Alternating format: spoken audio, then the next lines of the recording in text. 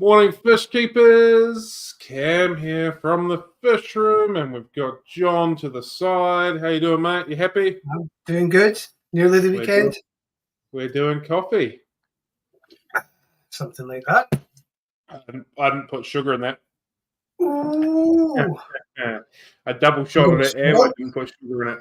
This is going to be fun. Yeah. All right, that's enough chit chat. We've got ourselves a guest sitting there waiting for us. We're going to bring up Nelson Marcucci from Creekwood Aquatics. And you, sir, are on mute. You're on mute. Fix it. just add that to the list of fun that's happened in the last 10 or so minutes. Right, so thank you very much for joining us. It's much appreciated. Do you want to let us all know how you got involved in aquariums and tropical fish? All right. Well, that's a very long story. My parents bought me a small fish tank. When I was a kid, it was about a 10-gallon tank. They had a bunch of neon tetras. And needless to say, it wasn't very successful the first couple go-arounds. I didn't start finding my passion for fish until I was a teenager. And I actually needed a job. I needed money. And there was a local pet store in the neighborhood that I lived. It's called Animals and Things. I got a job there when I was 16, and then the passion hasn't stopped ever since. I've been in this hobby for over 20 years. Some of my favorite memories is when my parents took me to replace the fish that we obviously didn't do well with. There was a small little mom and pop pet store. It was called the Perth Amboy, whatever pet shop. It was very simple.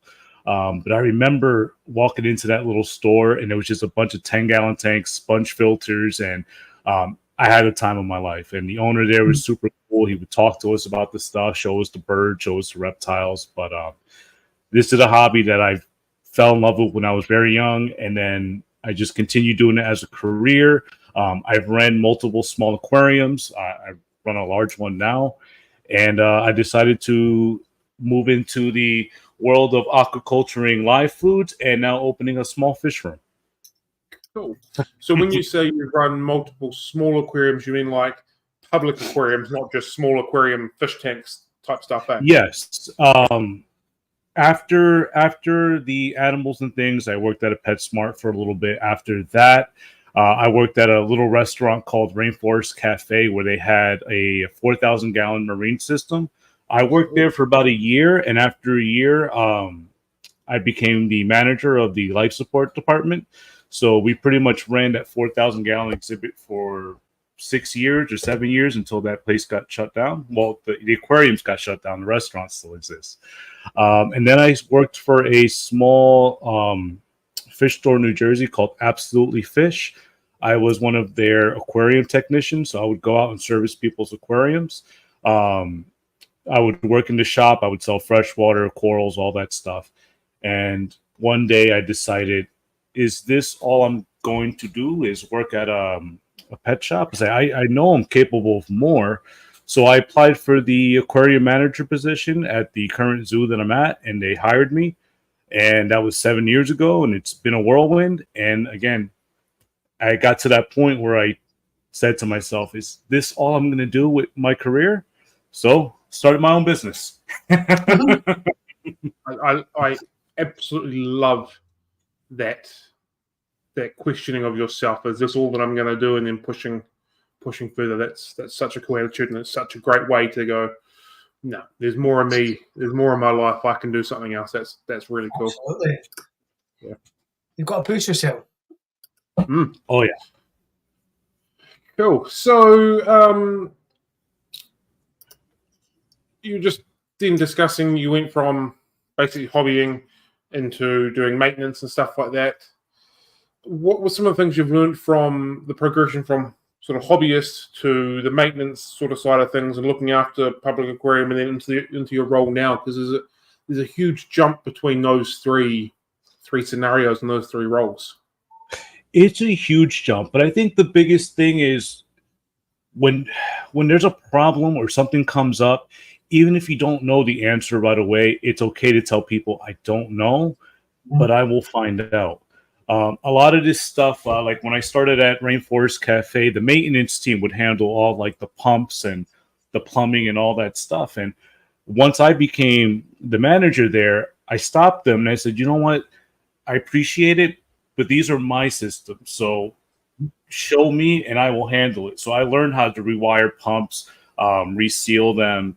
I learned all the plumbing. I learned about the UV. I started working on the ozone systems, and building up all that knowledge always helped me with the next step. So when the job at the zoo became available, their biggest thing is they want a life support person. They want someone there who can work on pumps, who can fix ozone and keep the systems running. And I was like, you know what? I already have that experience. I've already been doing it. So yeah, again, if you don't know the answer, it's okay to tell people you don't know. You can figure out. The other thing is there's a time to be cautious and go slow, especially when like you're cycling an aquarium. And there's times where you got to move fast. Like you get in a fish order. Let's say that box got delayed by a day or two. Those fish are sitting in that water full of ammonia.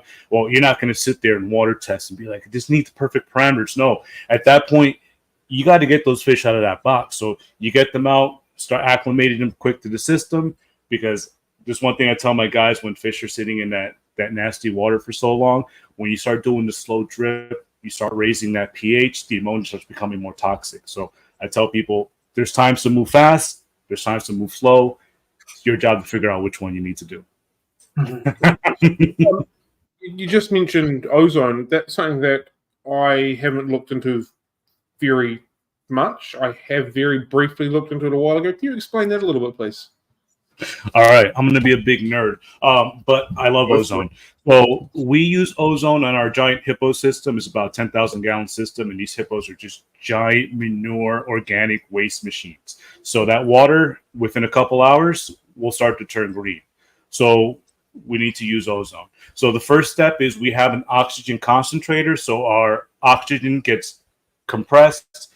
It separates, so we're dumping out all the nitrogen, carbon dioxide, all that stuff. We're just left with 90%, 90% oxygen. We pass that oxygen through a plasma block. It basically sends an electrical current. It separates the oxygen, and then the oxygen reassembles real quick. So it goes from O2 to O3 and O4, which is a very unstable element. It has a half-life of about 10 minutes. We introduce that ozone now into a contact tank where it mixes in with our water. Since that bond for the oxygen doesn't want to hold together, it pulls itself apart. So it's ripping apart the organics, the bacteria, viruses, planktonic algae. It's oxidizing it, just like bleach. After that, that water now gets slowly reintroduced into the main aquarium. That ozone gas, which is still nasty and still very reactive, that actually vents out into the atmosphere. And then we have a machine called an ozone destruct. It's about 90-ish degrees, because that's when ozone goes back to oxygen. So we pass it through this heater, becomes oxygen. That oxygen gets vented out back into the atmosphere. That is a very simple way how ozone works. The other thing is what we're trying to achieve is an ORP value. ORP stands for oxidation reduction potential, and we want that to be around 350 millivolts to around 500. If you go past 500, you're going to burn your water, you're going to burn your fish, they're going to have a bad time. If you're below 350, your water clarity is going to suffer. So there's a sweet spot, and you have to constantly calibrate your probes to make sure that you're within the 350 to 500 range. My old boss said, if you want to know if your water's clear, throw a quarter into the tank, look straight down. If you can see which way the coin is facing, your water's clear. So is that the same type of ozone system that you quite commonly see reef keepers at home utilising? Yeah, the reef keepers, yeah, they have it on a smaller scale, but yeah, it's the same thing. It's going to pass through. They don't necessarily have a plasma block, but they have a corona. Just imagine like a UV sterilizer. Actually, I'm going to round back in a second. But imagine like a UV sterilizer bulb that's unprotected, and then you're passing that air through it. I said I was going to come back around to it. You guys are familiar with ozone, UV sterilizers, right? Yeah. Yeah. The cool thing about UV sterilizers is that they actually produce a small amount of ozone because that bulb acts like the corona, or acts like a plasma block. So basically, the air that's inside that quartz sleeve, if you ever open up the UV sterilizer and you give it a quick whiff, you're gonna have a very sweet metallic-y smell. That is the ozone. But yeah, I told you, big nerd. But yeah, that's pretty much a lot of the what's going on with those machines. It's the same principles. You're passing oxygen through the corona, through plasma blocks, separating the oxygen, creating ozone, introduction to your system. And at low levels like that for the aquarist hobby, it's not dangerous. But the big industrial machines that I use, yeah, those will mess you up big time. And there has been times we have sensors on our buildings that tell you when your ozone is leaking out of the closet. And when you hear that alarm, you need to go into the room, hit the emergency stop button. Everything shuts down. You leave, open the door, and you come back within 30 minutes, because that's when all the ozone breaks down. But if you're in there while that gas is in that room, you're going to have a bad time. That sounds far too familiar for my liking. I mean, has that happened? Does it happen often, or can't you say? It happened to me at one of the other jobs that I had. Not this current one, but I walked into the building. I heard the alarm. This was when I was way younger. I was like 22 at the time. And I heard the alarm, and I was like, oh, I should go address that. But let me go put my stuff down. So I put stuff down in my office, and I'm like, oh, let me check the emails. So I start checking my emails. And I'm like, man, I don't feel right. So that's what you call a learning moment. Yeah, I was like, I don't feel right. And then when I opened the door to the room, it hit me, and I was like, okay, that's the problem. One of the questions that we were going to ask is that what was one of the lessons that, let me bring the question up, sorry. What are some of the most valuable lessons you've learned at the San Antonio Zoo? So I guess that would probably fall into that category. Oh, lessons that I learned. Again, it's just, working for a zoo, we're aquarists and we're displaying these animals. But also you have to provide a good guest experience so people want to come back and visit the zoo. So I try to find a happy balance between, we create our exhibits so that they're dynamic enough so the fish can actually enjoy it and swim through stuff. We try to do a lot of enrichment with our animals, but you don't want to create an exhibit for your eels where they're going to hide behind the rock wall all day. So you have to find a nice balance between what the animals need to be happy and healthy, but also you want to be able to display them properly for your guests, because them returning, them paying admission, pays for all the cool stuff we want to do behind the scenes. So working in public aquariums, you learn that there's a balance between, again, we call it the show, and the show is sacred. So anything that can affect the show, if your pumps go down, your lighting goes down, you have a dead fish in your tank, these are all things that affects the guest experience. It's important that we get in there, take care of this stuff, and have a seamless experience for our customers and for our guests. That's what I learned working in public aquariums. So I've never been to San Antonio Zoo. I'm 99% sure John hasn't either. And for the people that haven't, when we first started talking, I envisioned just a giant aquatic zoo, but you've mentioned hippos, I think, before. Is there other animals? Is it a proper zoo, not like an aquatic-based zoo? No, it's a zoo. It's mixed taxa. The aquarium is a very small portion of it. The aquarium is, the water volume that I handle is about 175,000 gallons. That's between the aquarium proper, Africa Live building, and all that other stuff. But yeah, the zoo has a big collection of birds. They do have African megafauna and giraffes, lions, and all that stuff. Aquarium is a very small part of it, but for the part that we play, we try to make sure that we're on point, and we're trying to make everything as as entertaining for the guests as possible. My aquarium was built back in 1948, so it's a very small, very pretty much ancient building, but we try our hardest to, again, upgrade the equipment, go to new technology like LED lighting and bring in UV sterilizers and all that stuff. But yeah, we try to make the best of what we got. And every time people come to visit the zoo, they say the aquarium was amazing. And that is a point of pride for me. That's a point of pride for me for everything, because even people who come to my little rinky-dinky shed right now, when they leave, they're like, it's really impressive what you did, what you have, and they can't wait to see what it is in the future. Nice, cool. John's just put a link to the zoo's website. And telling everyone to go visit it. You would think that I would have done that prior to this, but clearly I didn't.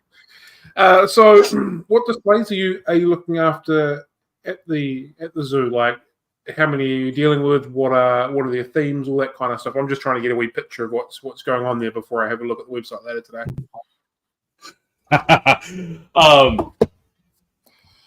So, like I said, the zoo is my full-time job. But the themes that they have going on there, all our tanks have a different theme. So there's Indian Ocean, there's Australia that has the Starfly River turtle in there. We have our South American exhibit that has our stingrays. Of course, Africa Live has all the has the African cichlids, have the oddballs, or ropefish, butterfly fish, stuff like that. So yeah, it's a cool, unique experience. We work with some species that are actually extinct in the wild, and I actually have some of those fish of my own. So let's talk about those. The two species of fish that I have that are extinct in the wild are both pupfish. So I'm going to get technical here, but there's the Longi dorsalis, and then there's the Veronicae. And they're part of a program where we're in a group full of pupfish enthusiasts who raise these in our backyards. We try to collect as many eggs, hatch them out throughout the year, and then at the end of the year, they kind of get together and they kind of figure out where we need to send fish to other people, so we can kind of mix up genetics a little bit and just kind of make sure that there's not just one basket of one of these species, because if that person drops off the face of the planet, or that, population gets some type of pathogen and they wipe out, then they're gone. But yeah, I really like this program. One day I do hope to help repatriate these guys back into their native ranges in Mexico. But that is a long, long time away. But just keeping these fish on the planet is enough for me right now. Cool. That sounds fantastic. Right. So what inspired you? You've mentioned earlier it was a kind of a wee moment of how can I push my career a little bit further, but what inspired you to get up and boogie with Creekwood Aquatics? So Creekwood Aquatics started when I was on Facebook one day, and someone posted that they had giant betas available for sale. And I've always heard of giant betas. I just never seen one. So I was like, I am interested. So I sketchily emailed this person. He was like, meet me at my house. And I got to his house and the lights were all dark. And I was like, this is a really bad idea. I met the guy. He brought me inside his house. He showed me all his giant betas. And then he showed me Daphne and Magna. These little guys right here. Mm-hmm. And he put them in my hand, and I was like, this is really cool. I've never seen these alive in person. I've only ever seen frozen or freeze-dried. I didn't even know you can get them alive. He explained the process to me. So I bought the beta. I bought some Daphne. I went home, and I tried to experiment, crashed immediately. I went back to his house, bought more, killed that one too. It took me about 4 tries, and eventually I got them going. And I only did it to feed my animals at home, but I was producing so many. I was like, I can actually sell these. And then after that, I was like, well, why am I going to stop there? So then I started producing phytoplankton. Now we produce 2 species, Tetraselmis and Nanochloropsis. These are for marine systems. And after that, I was like, how far can I push this? So I started the LLC, and I just kept producing live foods. And I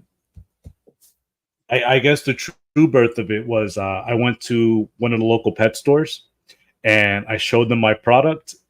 They looked at the jar, and right before I finished talking, he was like, how much? I was like, all right. Cool, we're in business here. So yeah, I started selling them the bottles. I got someone to make me a logo for my company. I started slapping them on the bottles. And the crazy thing was, I was like, I'm just a guy growing bugs in his backyard. Like how far can this go? And when I started doing shows and conferences, people would walk up to my booth and they would look at my logo. They're like, I know you. I've seen you. I've seen you on YouTube. I've seen you on Facebook. And I was like, I'm actually getting recognized. So and we just kept going. We kept going, and we started the Aquarius Assembled podcast. And TikTok has actually been amazing for my company too. And my wife's been telling me to get on TikTok forever. And I was like, I'm not touching that with a 10-foot pole. But I decided just to release a couple pre-made videos that I had on YouTube that performed poorly on YouTube. But on TikTok, they went crazy. And then people started just subscribing. And I was like, okay, maybe I've been looking at all this wrong. But yeah, Creekwood Aquatics started with just 3 buckets in my backyard. And now it's this fish room. And we're hoping to just keep growing and growing. And eventually 3 to 4 years, maybe have a brick and mortar store and just keep going, see where it goes. Crazy for someone who uses multiple platforms, how one piece of content on one will not go well, but then on another one it goes absolutely fine. Yeah. I'm like, YouTube, you awake? And I kept to poke it. Yeah. Blows my mind how some things work and some things don't. Anyway, cool. We've got a couple of questions from the floor. See that? Nah. Yeah, see, I just subscribed. So, Macrosoma, I'm assuming that was related to the giant betta? Or have I missed something here? No, that was before the giant betta. Okay, cool. What species of the giant betta? Because John was also trying to work that out as well. They've only just recently made their way into New Zealand, I believe. Yeah, I'm not sure I ever heard about that. Are those the wild ones? I don't know. Yeah, I'm not good with the scientific names. I'm more of a common name guy sometimes. And we've had someone say they remember meeting you at the expo, which is kind of cool. Yeah. Yeah, it's good times. I've got a wee question on that as well. Do you happen, I think I might have asked you this before, but do you happen to know Josh from Pod Your Reef? I heard about him. I know he's local to San Antonio. I think he was at one of the last events I went to, San Antonio Reef Fest. But it was just so crazy, so busy. I never had time. But yeah, one day I will reach out to him because I know he has great products. And yeah, I see them around town, and I'm kind of hoping to be on the shelf right next to him too. Cool. So you guys would have competing products, is that correct? I think we have a lot of similar things. The only thing that differentiates me is I have the Daphne Magna and the Mona. But yeah, I know he does pods. I know he does phytoplankton, but that's one thing that every time I go to the shops or I meet people, people ask, when are you doing pods? And I was like, oh, I don't know.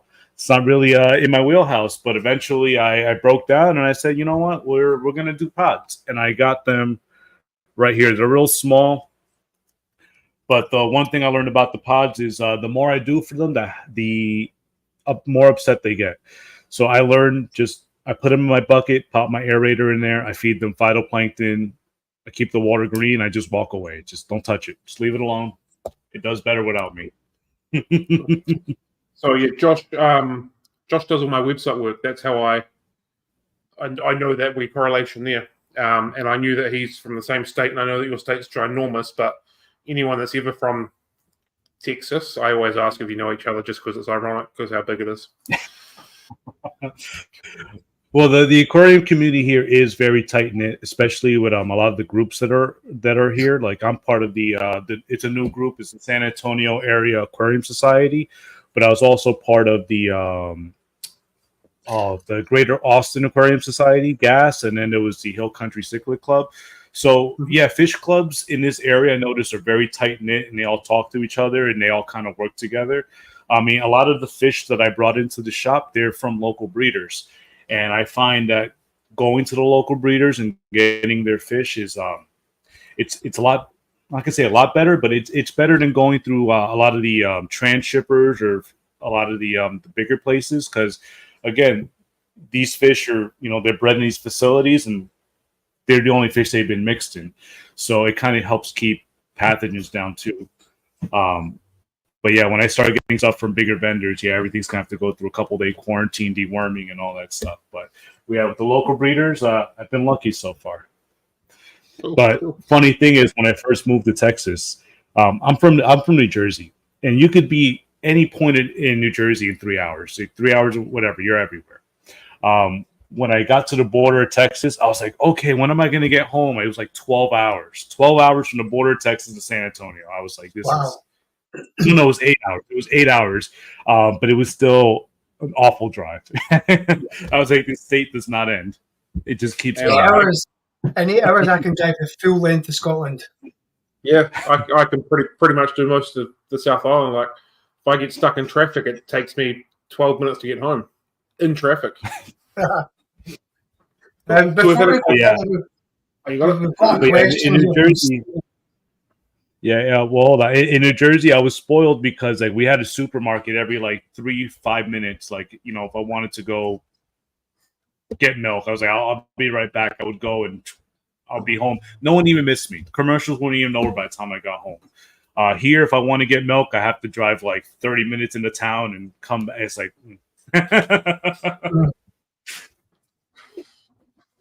Cool. So we've had a question come up that we missed earlier. So apologies to Stephen. If a home aquarist wanted to measure ORP of their tanks, there are meters that are at the $20 level and the $100 plus level, up to well over $1,000. Is there any value in the cheaper ones? So here's what I got to say about cheap versus expensive equipment. When I try to cheap out and I try to get cheaper equipment, it only lasts me a few years, and then I got to rebuy it again. So I learned to kind of stick kind of mid-range towards the high end because these things are built with more quality and you're going to get more bang for your buck. You're not going to be replacing them as much as you are. So even with like ORP probes, I think at least here, American Marine, or I forgot the name of the company, American Marine Instruments. They make a bunch of probes, and they're affordable, and they last a long time, and they're just a good quality product. But yeah, in the aquarium hobby, when you cheap out, you're gonna end up paying double later. So stick mid-range high. I don't know how you feel, but that's how I feel. So the cheaper ones do as they're meant to. They just don't last as long as that. That's kind of what I'm getting from that. Mm-hmm. Cool. Yeah, pretty much. But the most important thing too, whether you have high end or low end equipment, is just keep it calibrated. Especially with an ORP probe, you're gonna have to you need to soak it in the pH 4 and pH 7 solution. You got to add the quinhydrone that kind of simulates the 350 millivolt thing. And I say you just got to keep those probes calibrated, do it every month, and it'll last you. Cool. Thank you for that. Can you please tell us about what your mission is and your vision for Creekwood Aquatics? My vision and mission, my thing is I want to create these aquarium live foods, and I want them to be affordable to the average level aquarist. When I go on eBay, a lot of the times I see these products and there's a huge paywall to them. People want, $50, $40 for a small batch of Daphnia. And for me, they're not that hard to create. They're not that hard to grow. So I want to share that with the people. Also, the information. I tell people that just because you buy product from me, doesn't mean our transaction is over. You can always send me an email. You can call me, and I will help you troubleshoot. I will help you grow your population. My mother, when I talked to her about this, she goes, "You're crazy. If people learn how to grow them at home, they won't buy them from you." I said, "Well, okay, I'm fine with that." My thing is, I want to make this stuff more of an entry level for the aquarist, because then the hobby grows and it continues to, do well. And I also think that the enrichment benefit to the live Daphnia is invaluable to these fish. Think about it. You can either feed a frozen bloodworm or you can feed a flake, and the fish kind of eat it and whatever, they're one and done. But when you put the live Daphnia, these things are moving and they're making the fish feel like they're actually fish, and they're chasing, they're hunting, they're eating these guys. So they're getting the mental enrichment, but they're also getting the vitamins, the minerals, and all that good stuff on the inside. So again, my thing is, I want to bring these live foods more into the mainstream, especially in the San Antonio area. And then when it comes to my fish too, I'm trying to make them where company makes money, but also we make it affordable so people can come here and actually be able to have a good time with the hobby. Like my discus are priced at $25 and $75 for large ones. And again, I could charge outrageous prices, but I also want to bring people back. I want them to come and experience this and kind of gain the love for aquariums that I have. So I think as well, for younger fish keepers coming into the hobby, when they've got a small budget, and normally you would look at, the lower budget fish, like your mollies and live baiters and things. I think if they're stuck within that price range for too long, they'll lose interest. But if younger ones with a smaller budget can access the dwarf gouramis, the dwarf cichlids, and kind of get into the more exciting fish earlier on, it's only going to continue to grow their hobby, which then grows your business, and then everybody benefits from it. So I think keeping that point, the price point down, is a good way of doing it, definitely. Yeah, I mean, it's very important. Again, this hobby has given me so much. I was able to actually build a career off of this hobby. So I feel like this is my way of giving back to the hobby. So creating Creekwood, affordable live foods, affordable fish, and also a good customer experience is what's important to me. That's our mission. Absolutely.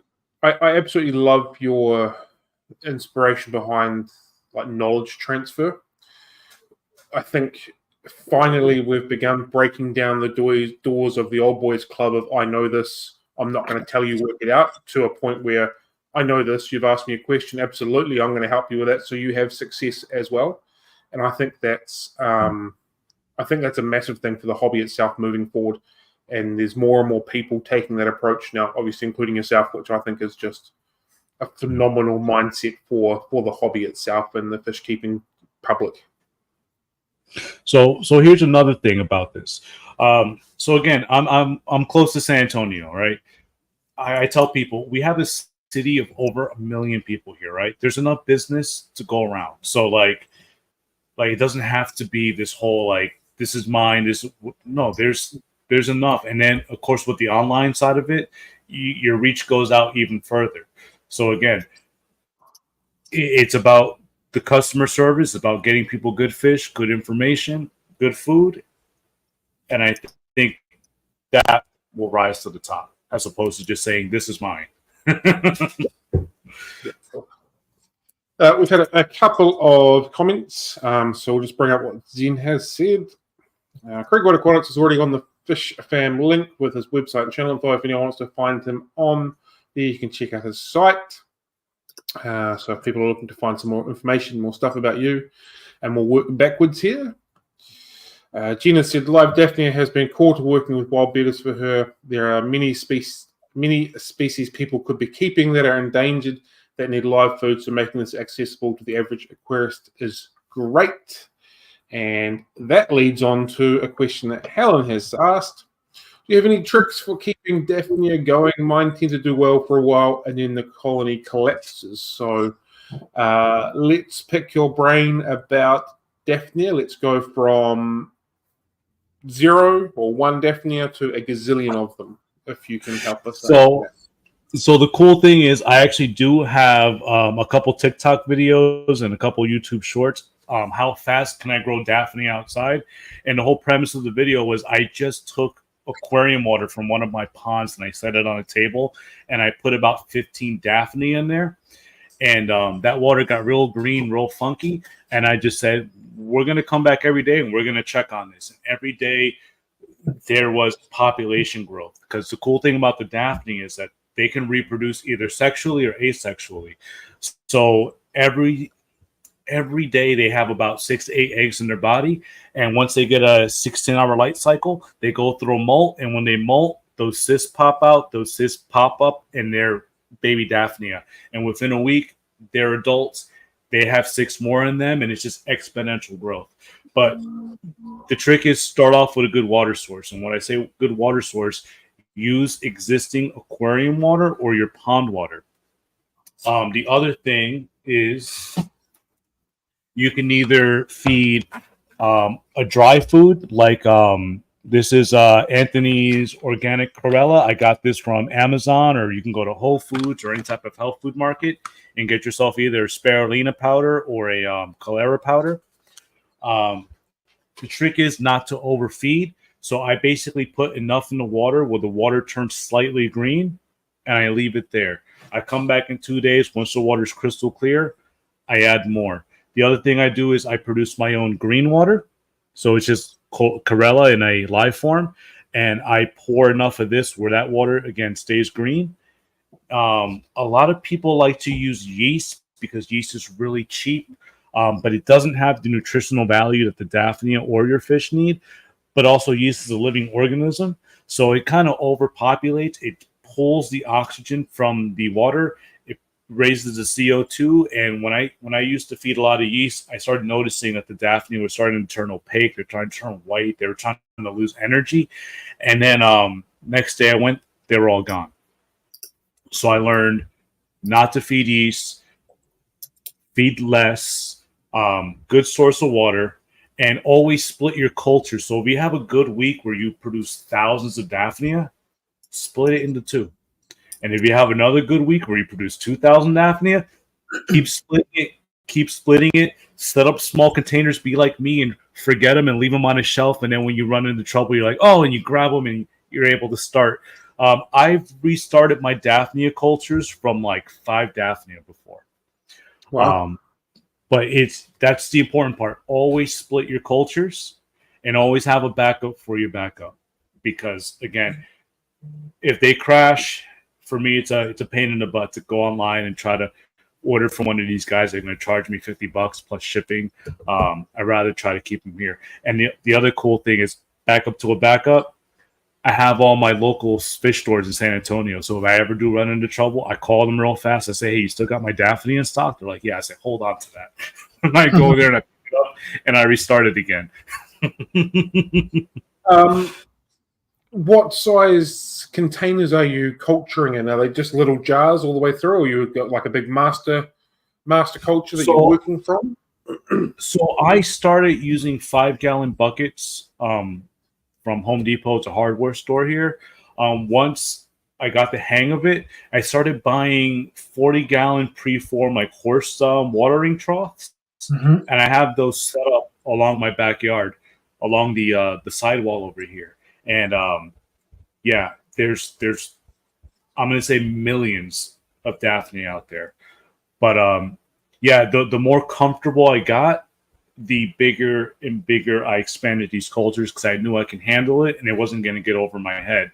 It is very hot here in Texas, so when I have to work out there, it is brutal. The sun like makes you delirious, but I know I got to get through all these water changes. I give my Daphnia 100% water change every week because, again, they are heavy consumers of nutrients. They do produce a lot of waste, and if you let it sit for too long, the whole thing will crash. So again, weekly water changes, and I do it to the best of my ability when I can, and when the sun isn't trying to kill me in Texas, which is pretty much like 10 months out of the year. Temperature-wise, we've had someone ask what temperature ranges do Daphne need before they crash. So how does that range work for them? Daphnia can survive into a range from. So again, forgive me. I'm in America. All right, we're gonna say things wrong. But 40 degrees Fahrenheit, and they do fine up into like 86. Sometimes I'll just say 86.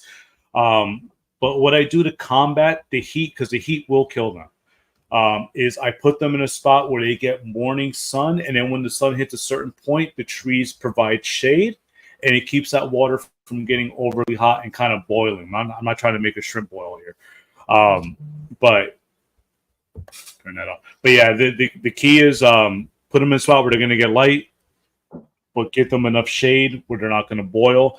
Sometimes I even put pieces of plywood over 50% of the pond, just so that if the animals do get too hot, they can migrate towards the shade and cool down.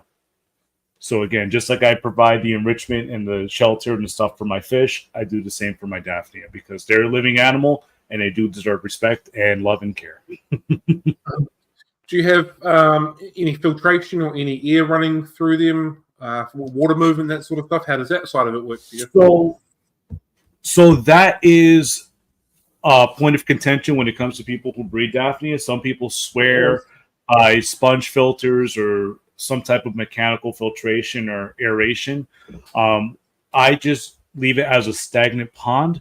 What happens is when you introduce air bubbles to Daphnia, they get little micro bubbles trapped in their carapace, in their shell, and they'll float up to the surface of the water, and they kind of get stuck there. So they can't eat, they can't swim, and they kind of just get hit by the sun and they end up passing that way.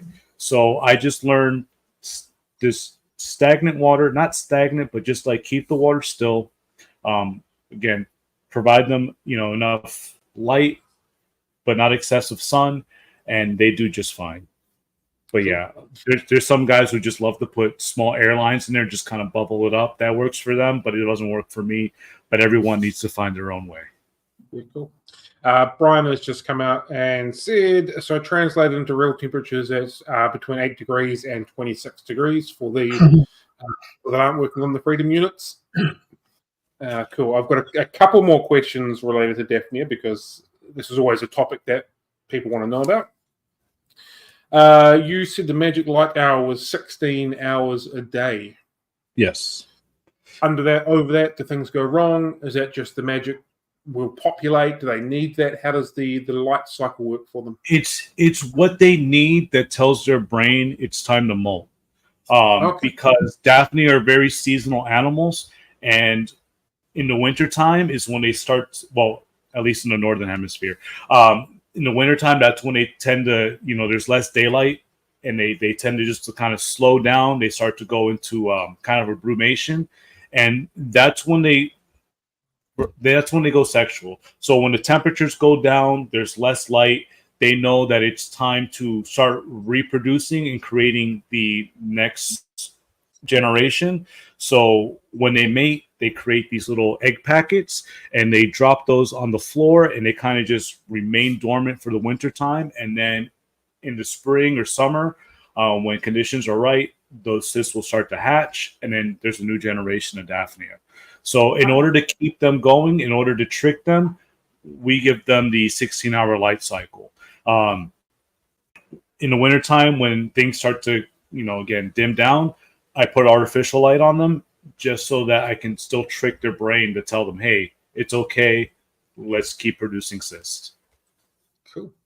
And my last question on Daphnia at this stage is, how can you start a culture if you don't have any starter cultures to start with? Is there a way of starting from water to kind of getting them to accumulate? Is there a way of making that work naturally? So there are some people. Daphnia are from Russia originally, but they kind of became invasive. So you can actually find them in the States, or you can find them around everywhere.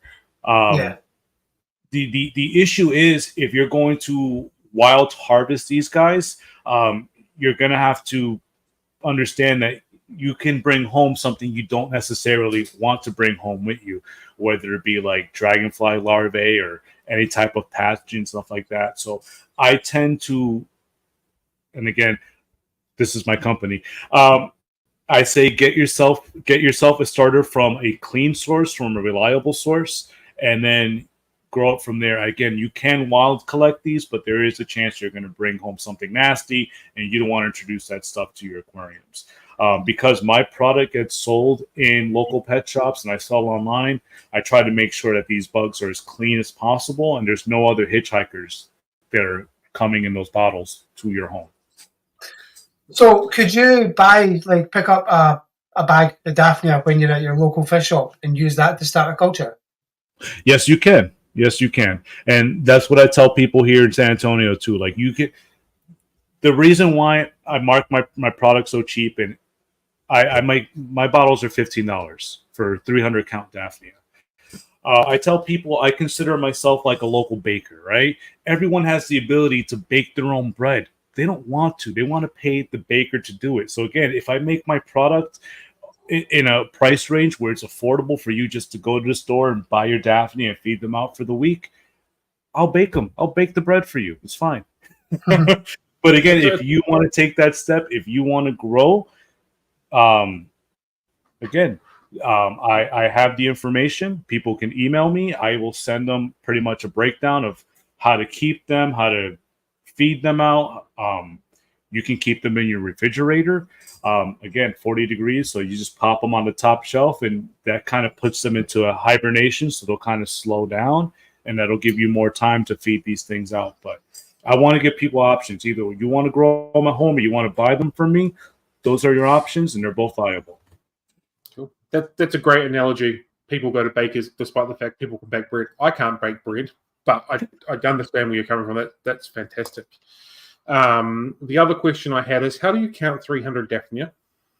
All right. Everyone asked me that. Like, how do I know there's 300 in there? That's because when I first started this company, I pulled each Daphnia out and I put them in a small net. And I saw that when it got to the size of a quarter, that was 300. So then I started training my brain. I scoop, I swirl them around. I see that little quarter shape. I go, there it is, 300. Pop them in. But even if I'm wrong, even if there's a slightest possibility, which I'm wrong, which I'm never am,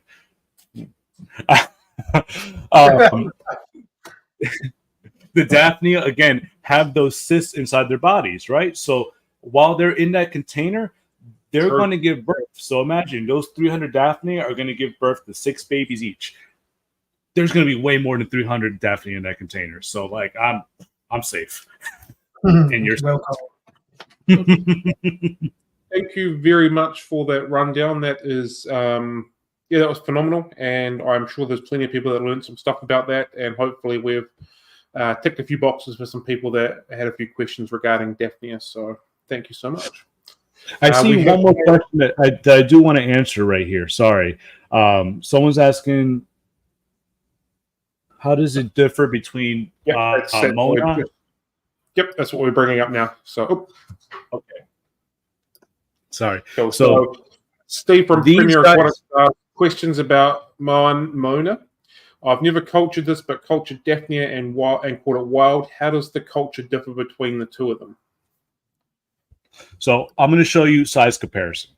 So there's Daphnia magna right here, and this is the Mona. You can see they're much smaller. Wow. Yeah, they are much smaller. They are hardier than the Daphnia magna. They can take a lot more wider ranges of temperature and water quality and all that stuff. Their only drawback is that because they're so small, they require more energy. They require more food. So I can ship Daphnia across the country in just filtered water, and they'll do absolutely fine. But I have to ship the Mona in green water. I have to provide them a food source, because even in 3 days, they'll run out of energy, and then you'll just get a stinky bottle from Creekwood Aquatics. Happy with. So that is the main difference. The Mona are smaller. They reproduce way faster, but they require more energy to keep their engine running. That is their main difference. But they each have their own specific needs. Like I have some baby rice fish growing in a small container over there. They're really small, so the Mona are small already. Their babies are even smaller, and it's perfect for small fry.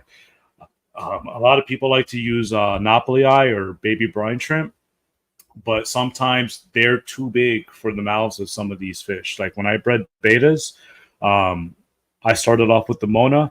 Actually, I started off with rotifers and then Mona, and then I graduated them onto Daphnia. But yeah, it all depends on what you're trying to do. And I lost my train of thought, but that's being a fish nerd. You're obviously still quite a young fledgling business. So what are some of the challenges that you've experienced so far when starting up Creekwood Aquatics, and how have you managed to overcome them so far?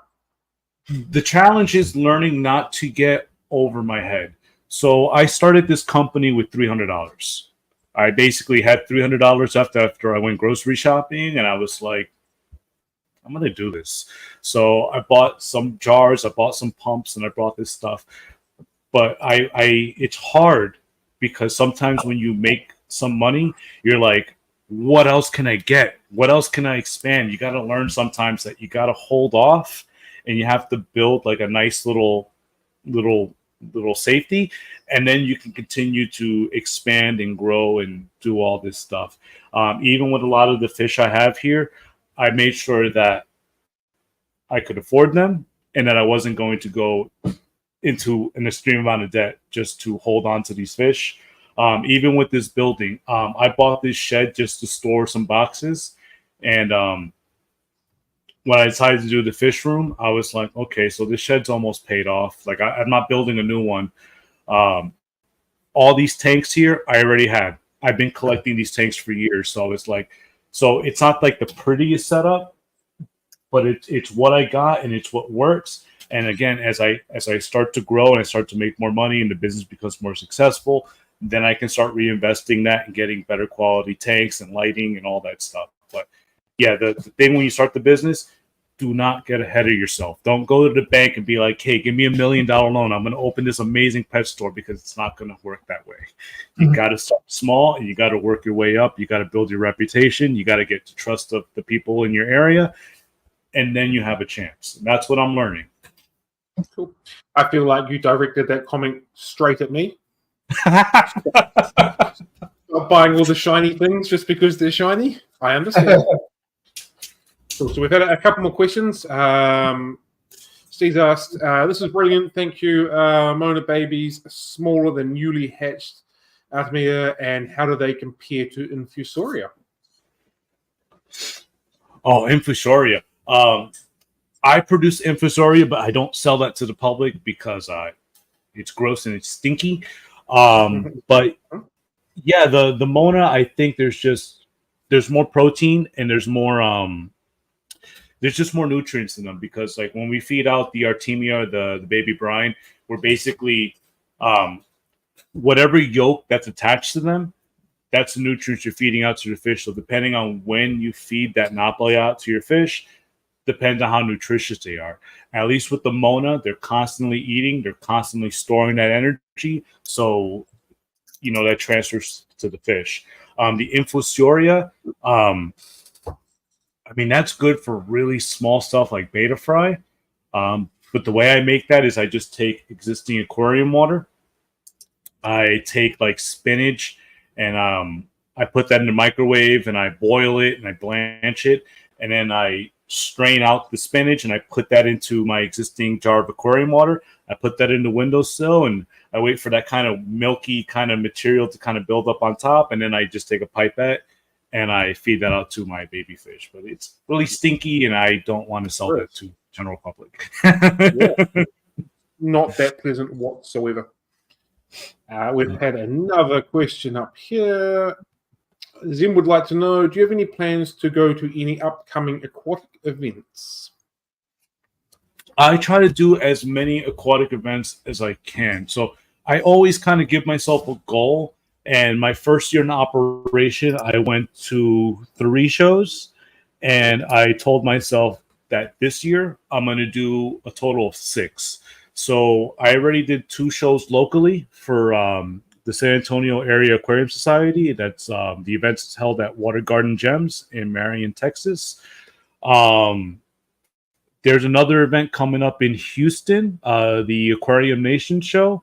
And I'm trying to do a couple other smaller ones. Like I know Austin used to do a couple of the shows, but they kind of dropped off. But yeah, anytime I get a chance to go and promote my company, that's where I am. Even if I don't make money at that event, the fact that people see me, they get to talk to me, they get to see my product, they get to hold it in their hands, and they go home knowing like, you know, there's a website, there's a YouTube, there's a TikTok, there's whatever. Eventually they'll come back. But again, sometimes just being visible and out front is worth it. So yeah, I'm trying to do as many shows as possible. I'm trying to figure out when the next one is coming up. I know I missed the International Beta Congress in Baton Rouge, Louisiana, but maybe next year. Cool. But there are some shows in Dallas that I'm going to try to go to. I just got to take a road trip. Zen has asked, when you say a jar in the window, is there a top on it? Because she has cats. And is there any aeration, or will that prevent it from growing and getting stinky as it should? Oh, for the Infusoria? Yeah, I just leave them open top. And I just put them in a way where it's not going to get in the way of my wife. Because one time I did leave it in her reach, and she knocked it over on herself, and she was not happy with me. I understand. Cool. I've just asked the people watching if there's any other sort of live food cultures that they want to know about. That we'll bring it up because it feels I am geeking out over it. So I'm assuming everybody else is as well. So if we've got some more things coming through, we'll ask some more questions about some different cultures as we get them. Yeah, one thing I forgot to pull, I pulled a lot of my products, but I didn't even pull my marine rotifer. Well, they're not marine rotifers, but they're brackish water. They're a really small microscopic bug, and they do well from anywhere from 5 parts per thousand up to, I think, 60 parts per thousand. So that's like even beyond like reefing. These things are real tough. But I know I said parts per thousand, but I'm going to go back to regular speak and use specific gravity. But the L-type rotifers that I produce, they breed best when you keep them at 1.015 to 1.019. Is their breeding range. Anything higher, they kind of stop. Anything lower, they stop. So there's a sweet spot for them. That's it. And salinity. Salinity. The cool thing about them is that I kind of upcycle them. So I produce my phytoplankton. I feed the phytoplankton to my rotifers, and then I feed the rotifers to my copepods. So it's kind of transferring again that energy to each one of my cultures. But yeah, so sometimes it hurts when I have to feed my my rotifers. I'm like, well, there's $15. Bloop bloop bloop bloop. Hope I make it back. We have had a question. Have you got any experience with whiteworms? No, not yet. I'm part of another Facebook group called what's it called? It's like the Live Food Culturing Facebook group. And I know a lot of them do the white worms. They do the grindle. I think they're the same thing. I do have vinegar eels inside that I've been trying to experiment with. But I keep telling people that I keep adding a new live food product to my company every quarter. So that's one of my goals too, is that every 3 months, I want to try something else to continue expanding my line of live food products. But I also have to be realistic and know that I'm one guy, and there's only so much overtime I can do. Absolutely. We've got a couple of questions. Which way do we want to start this, John? Go with Zen and then Hal and then Zen. I was going to go with outside in aquatics, just above Zen. Oh, okay. Cool. That one? All right, we'll go with that. I didn't even see that one. Hands off. You do it. Cool. Have you heard of APR, artificial protein rotifers? And Do you know what they are? Anything about them? But I've never heard of anything about that. I know there's a few companies that make like referoids and a couple other stuff. I mean, no product is better or worse than any other product. It's what works for you. So if you want to feed live foods for your aquarium, the benefit is that they live in the tank. They won't spoil. They won't decompose somewhere. But again, there's some people who just want to mix their referoids or whatever, Cyclops, whatever, and just kind of dump it in their tanks. And it's in this hobby, there's 1,000 ways to do the same thing right. There's also 1,000 ways to do it wrong. It's what works for you. That's what I think. Zen would like to know, culture any copepods or mycids, specifically asking about seahorse live foods, as those are hard to find. So, yeah, the copepods. I mean, so at my current job, we breed the potbelly seahorse. We do feed them a lot of baby brine. It's a cheap food source. It's a good food source for them.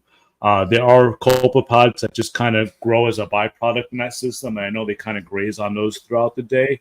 Mysis shrimp, I know that there's one guy that I met who cultures mysis shrimp. He said the biggest issue with them is that they're cannibalistic, so they kind of eat each other. But I forgot how he does it. But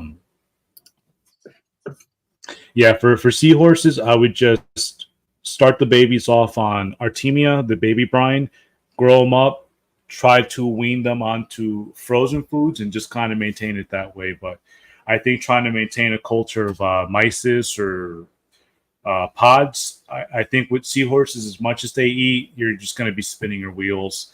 And if the culture crashes, then you're in a bad position. So I think, yeah, start off with live, wean them on the frozen, and then just kind of keep them going that way.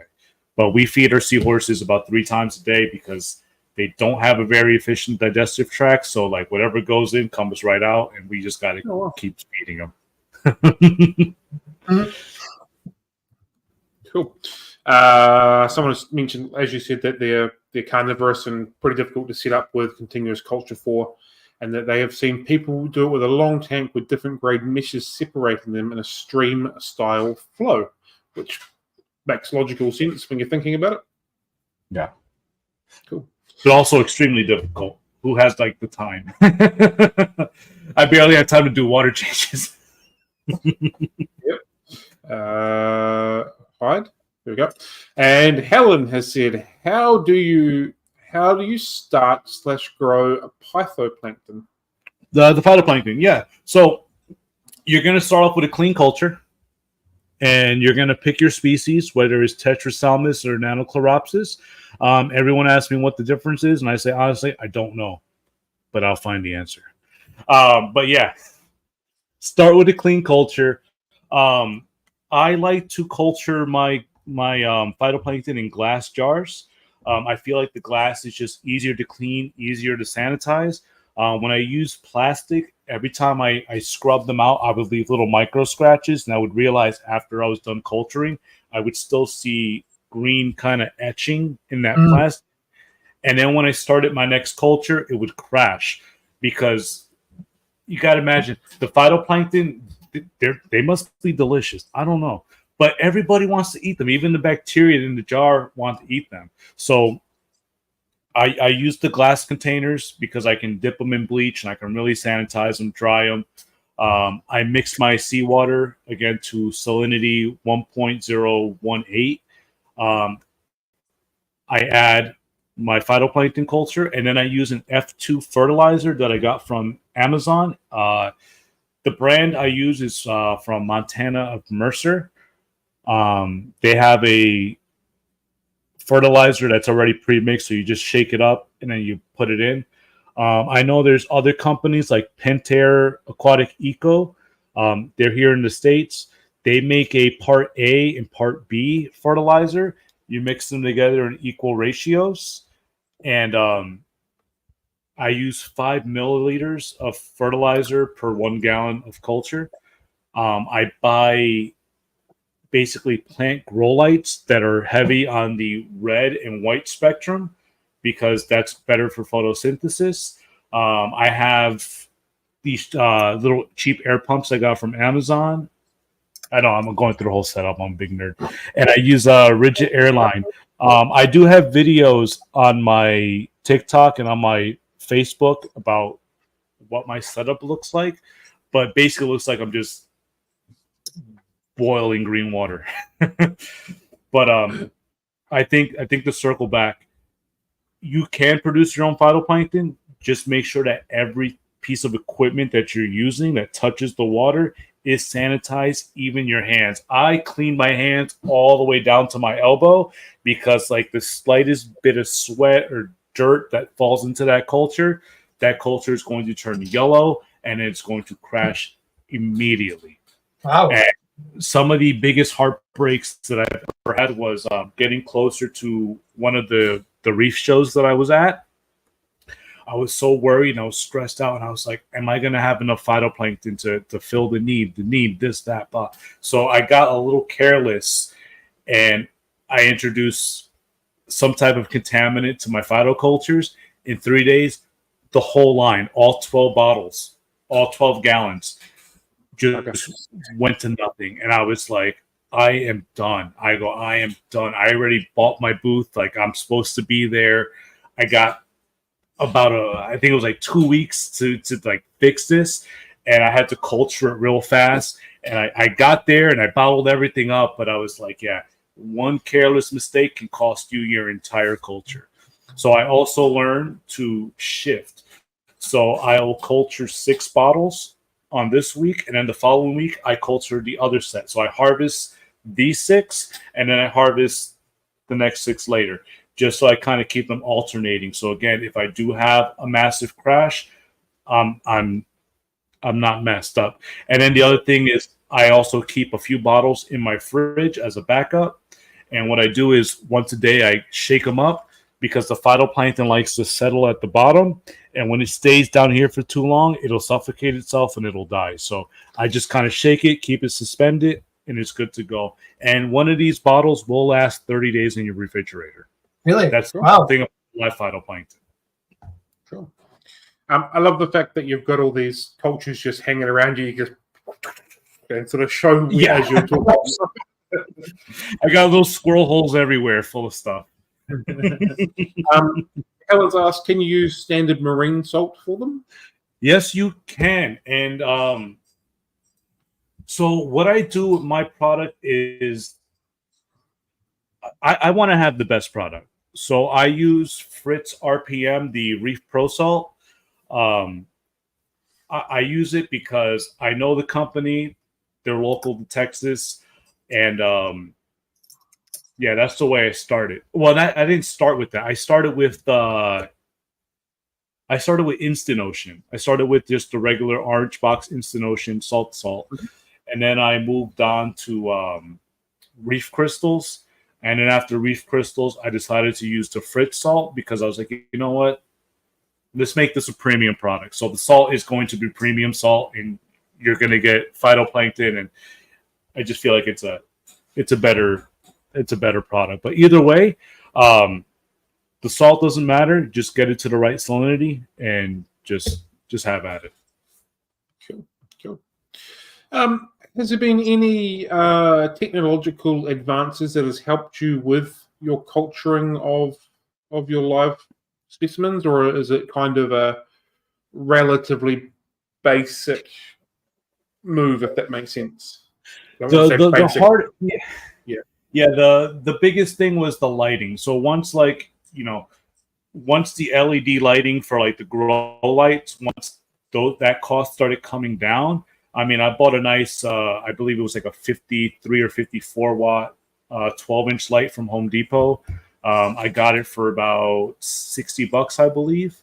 And yeah, like once I got a really good LED light, and I give these guys about a 16-hour light cycle. So my dogs wake up, they wake up every morning to these lights just going boom, and then like they start barking, and then that light doesn't go off to around like 10 o'clock at night. Once the LED light technology kind of came down in price and more affordable, and you get the right spectrum, that kind of helped me out there. Everything else is just I bought these cheap they're powerful pumps from Amazon. They cost me about $34. The Paul Fly air pumps. But yeah, the cost to start it wasn't terrible. That's why I said I started this company with $300, and I was able to invest that in Daphne cultures and phytoplankton and rotifers, and it kind of going. But like on a crazy scale, a normal person isn't going to be crazy and have 12 bottles of green water just boiling in their living room. Probably not. No. Are you happy to continue to talk about live food cultures, or do you want to move on to talk about whatever you want? The fish side of what you're doing and that sort of stuff?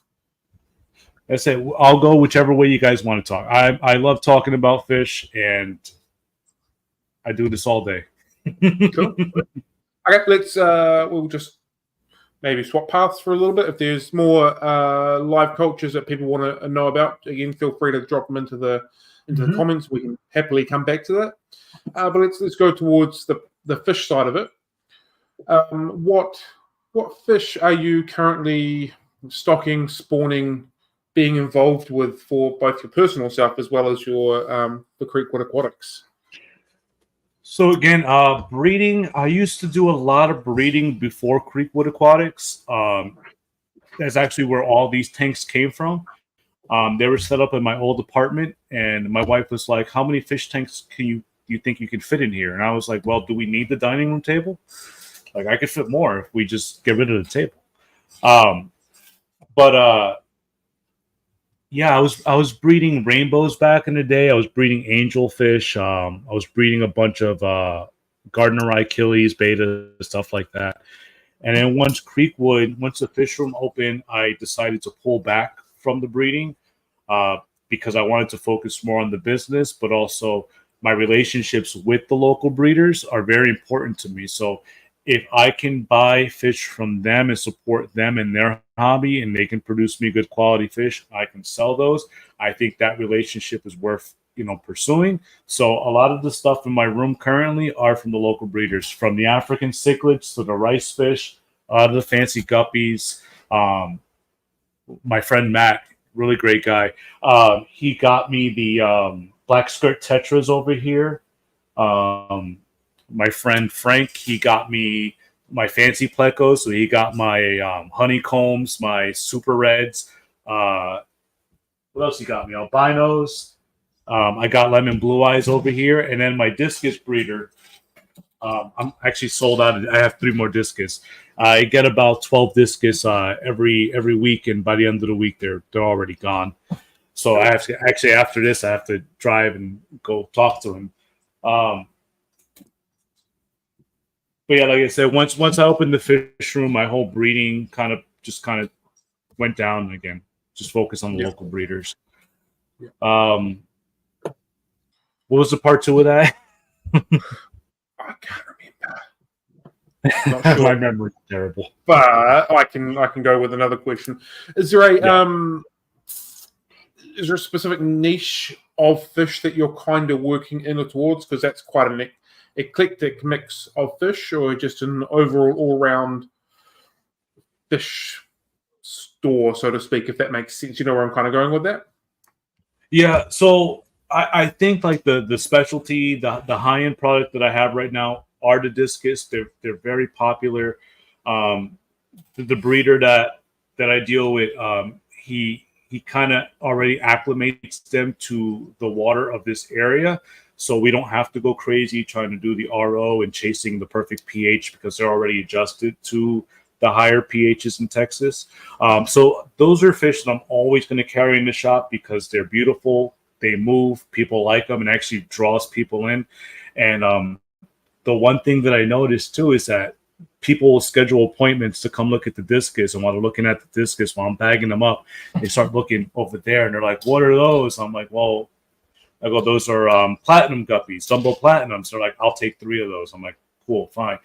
But I kind of want the shop to kind of change. I don't want to keep the same stuff and keep pushing that over and over again because I don't want to like saturate the market or people's aquariums. So I kind of want to keep things moving. And as this room expands, I do want to carry more exotic stuff.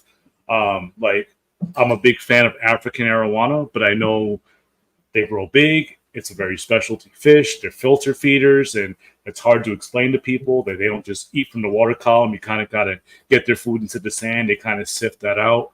I'm a big fan of arowana too, just regular like silvers, jardinis. I do want to carry those more exotic things, but I need more space right now in this aquarium. I think when it's all said and done, there's going to be at least, I think there was going to be 1,000 gallons in here, if I did my math right. But again, as this company becomes more successful, as it grows bigger, and I start to get more volume of water, I do want to carry more exotic, more cool things. But I'm realistic. I know that a lot of that stuff isn't going to sell in the San Antonio area. That's where the website comes through, and I can actually branch out and kind of spread the love that way. But again, too, I don't want my shop to be like intimidating. So I want people to know, like, you can come here and you can find your discus, you can find your African cichlids, but you're also going to find neon tetras, you're going to find mollies, you're going to find this. So I want it to be a fun mix for everybody. So for all experience levels, come here, learn about the fish hobby, and then you can grow from here.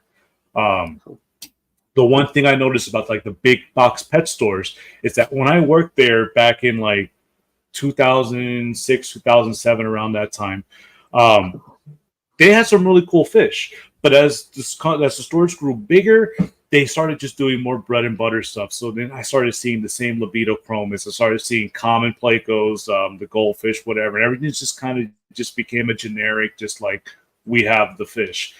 And that's not the fun part of the hobby. You know, the big box stores, I think they do have a place in our community, and it's more of an entry level, like come here, buy a 10-gallon starter kit, buy a couple neons, buy a couple platies, you go home.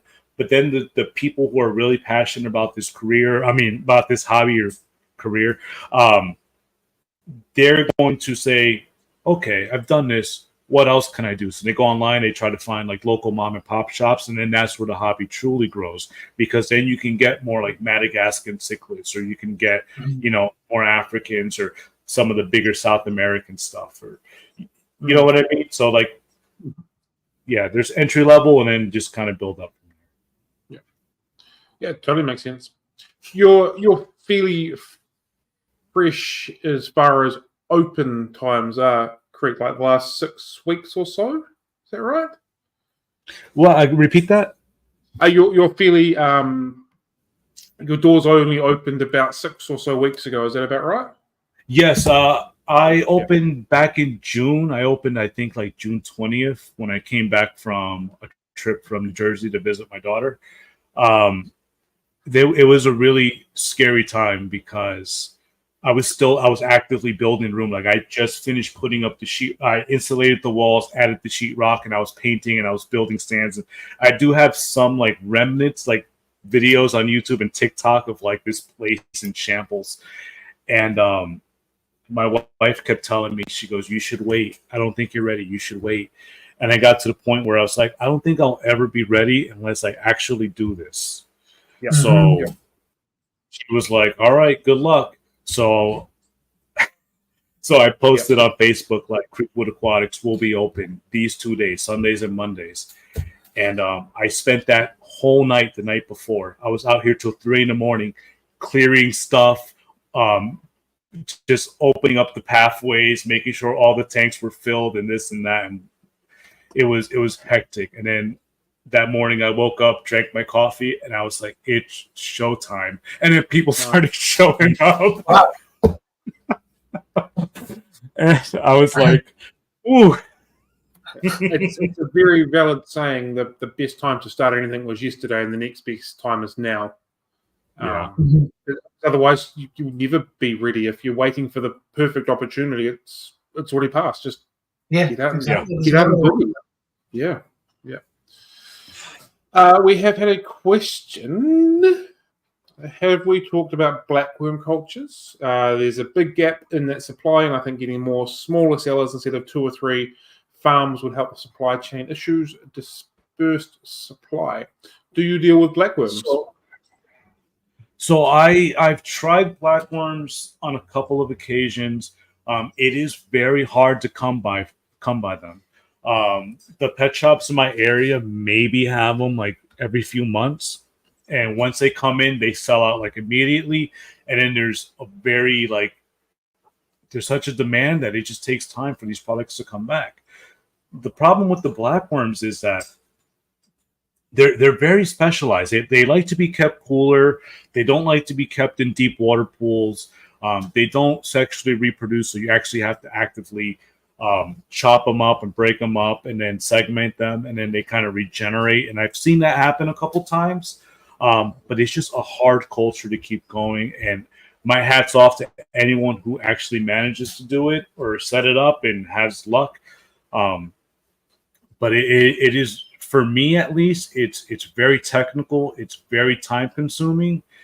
And the growth rate on them is so slow that at this moment, I don't think it's worth pursuing yet, especially when there's other cultures that I can learn and I can master and I can get out into the public and sell and kind of fund future projects.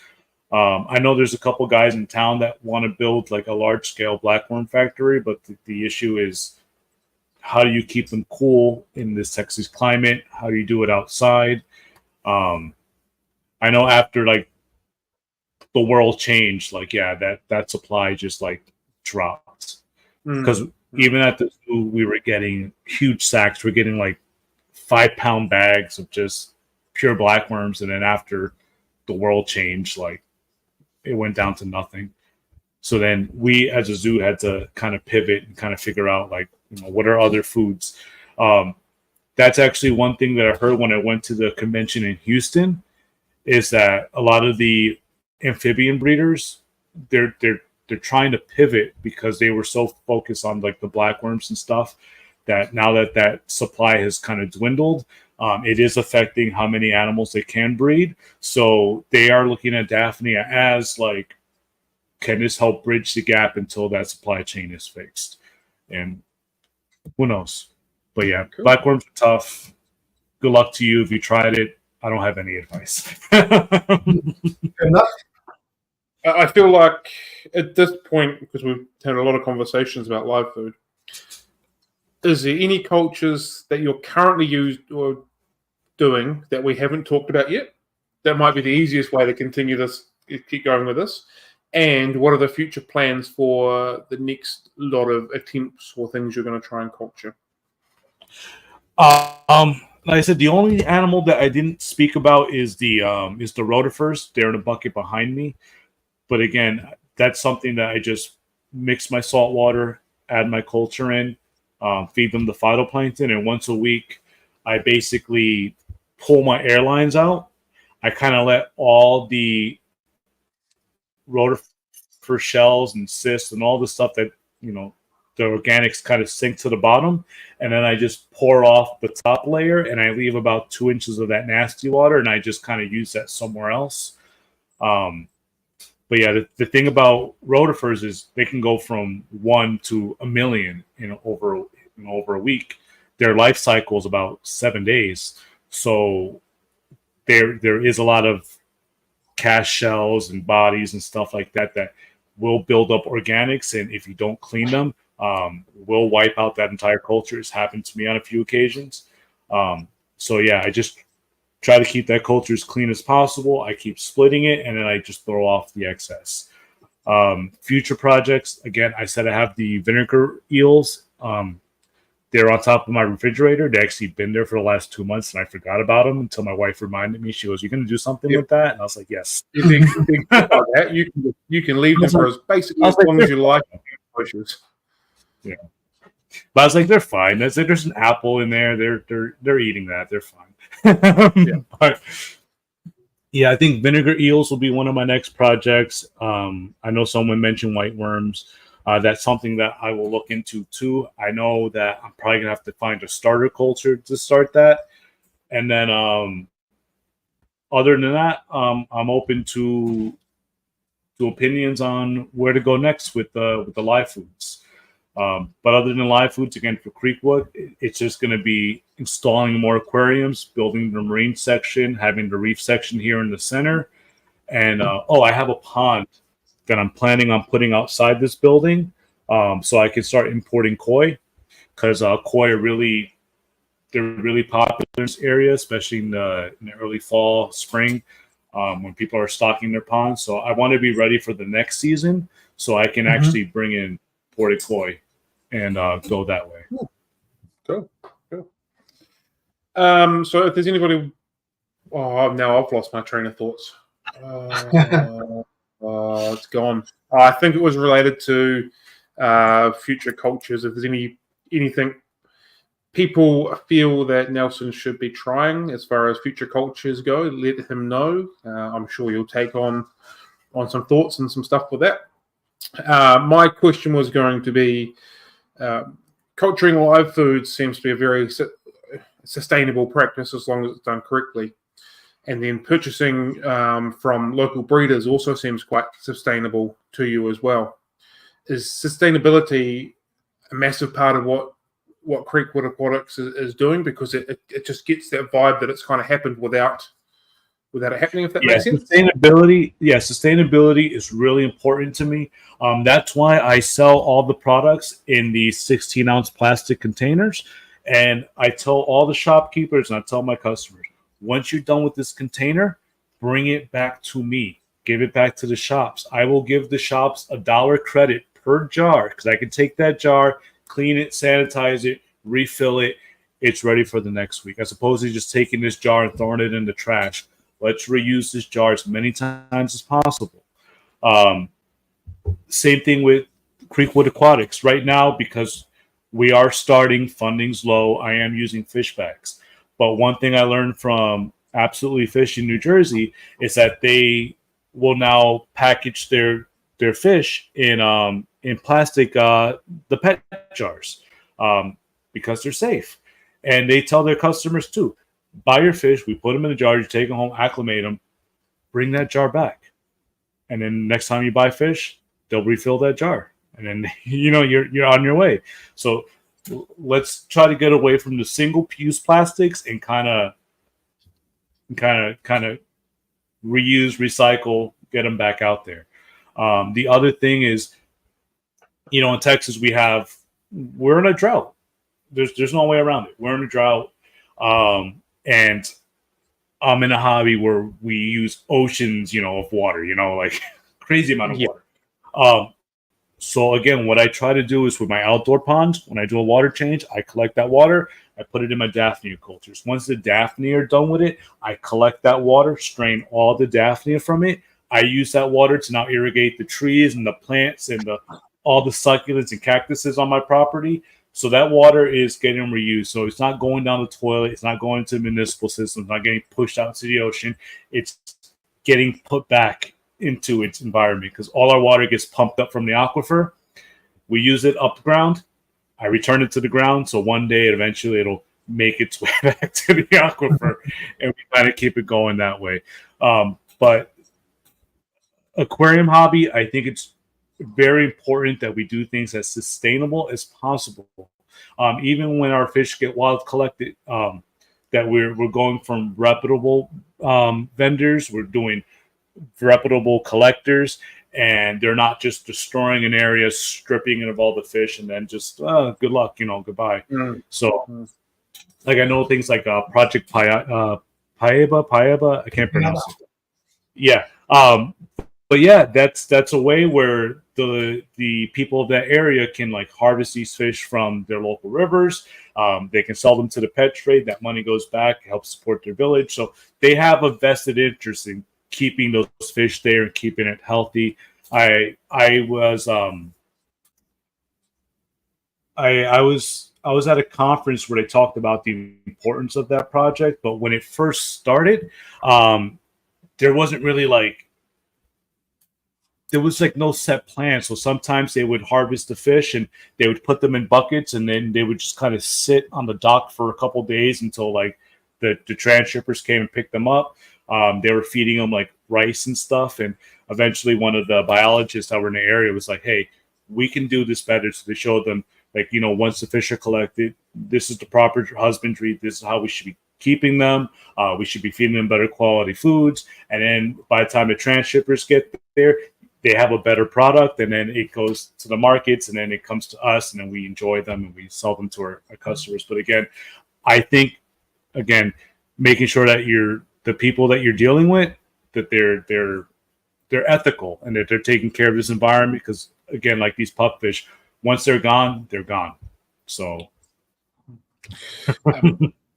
a lot. You've got brought up a lot of things here for me to want to quickly talk about after that. First of all, I'm glad that you brought up Project PR, because I can do another shameless plug that we're speaking to a representative from them in a few weeks' time, and I'm absolutely looking forward to it, because it is a organization that gets brought up by a lot of our guests. So that is awesome. I also love the fact that you found a way of reusing your water more than once throughout your system. I know, as well as probably many people, how much water we go through and how much water I literally pour down the drain, and I have not worked out a way of stopping that. So the fact that you've got one to another, that to me is absolutely fantastic. And also the jars or buckets from a local shop, you know, bringing them back and reusing them is something that I thought about a very long time ago. And for the life of me, I just could not work out how to make it done. And bringing back a jar is just logical, and it makes sense, as opposed to a single-use plastic bag. It's, you know, you're going to come back and buy some fish off me, bring the jar back, and away we go. It's fantastic. Even little steps goes a long way. Mm-hmm. Yeah. Cool. Right. Have you noticed any trends that have been emerging in the aquarium industry recently, particularly in the area that you're in? So one thing that kind of popped off that blew my mind is this reemergence of fancy goldfish and guppies. I'm not trying to be an elitist, but like I was never a fan of goldfish. Like I knew they had their place in the hobby, but I just didn't get it. They're kind of derpy and they're kind of weird. And yeah, I just noticed like people are now into their ranchus or into their Ryukins and stuff like that. So it's something that I have been bringing into the shop, and they sell out like almost immediately. And then the fancy guppies. I don't know what it is, but they keep creating more strains. They keep getting crazier, and people just gobble them up. And yeah, it's weird. I mean, I know a few years ago it was African cichlids. It was all about African cichlids. I was one of these silly people when the red dragons first came out, and there was only fry like this big in the shops for $50. I was like, I'll take 3 of them. We've all been there. Yeah, and then rice fish. For some reason, the Miyuki, the blue rice fish. For some reason, my friend Matt, he breeds them, he produces them, but for some reason, wasn't even on my radar of a fish that people were interested in. And then I found out there's just this huge market for these rice fish, and I was like, this blew my mind, because it's a thing that's like that big.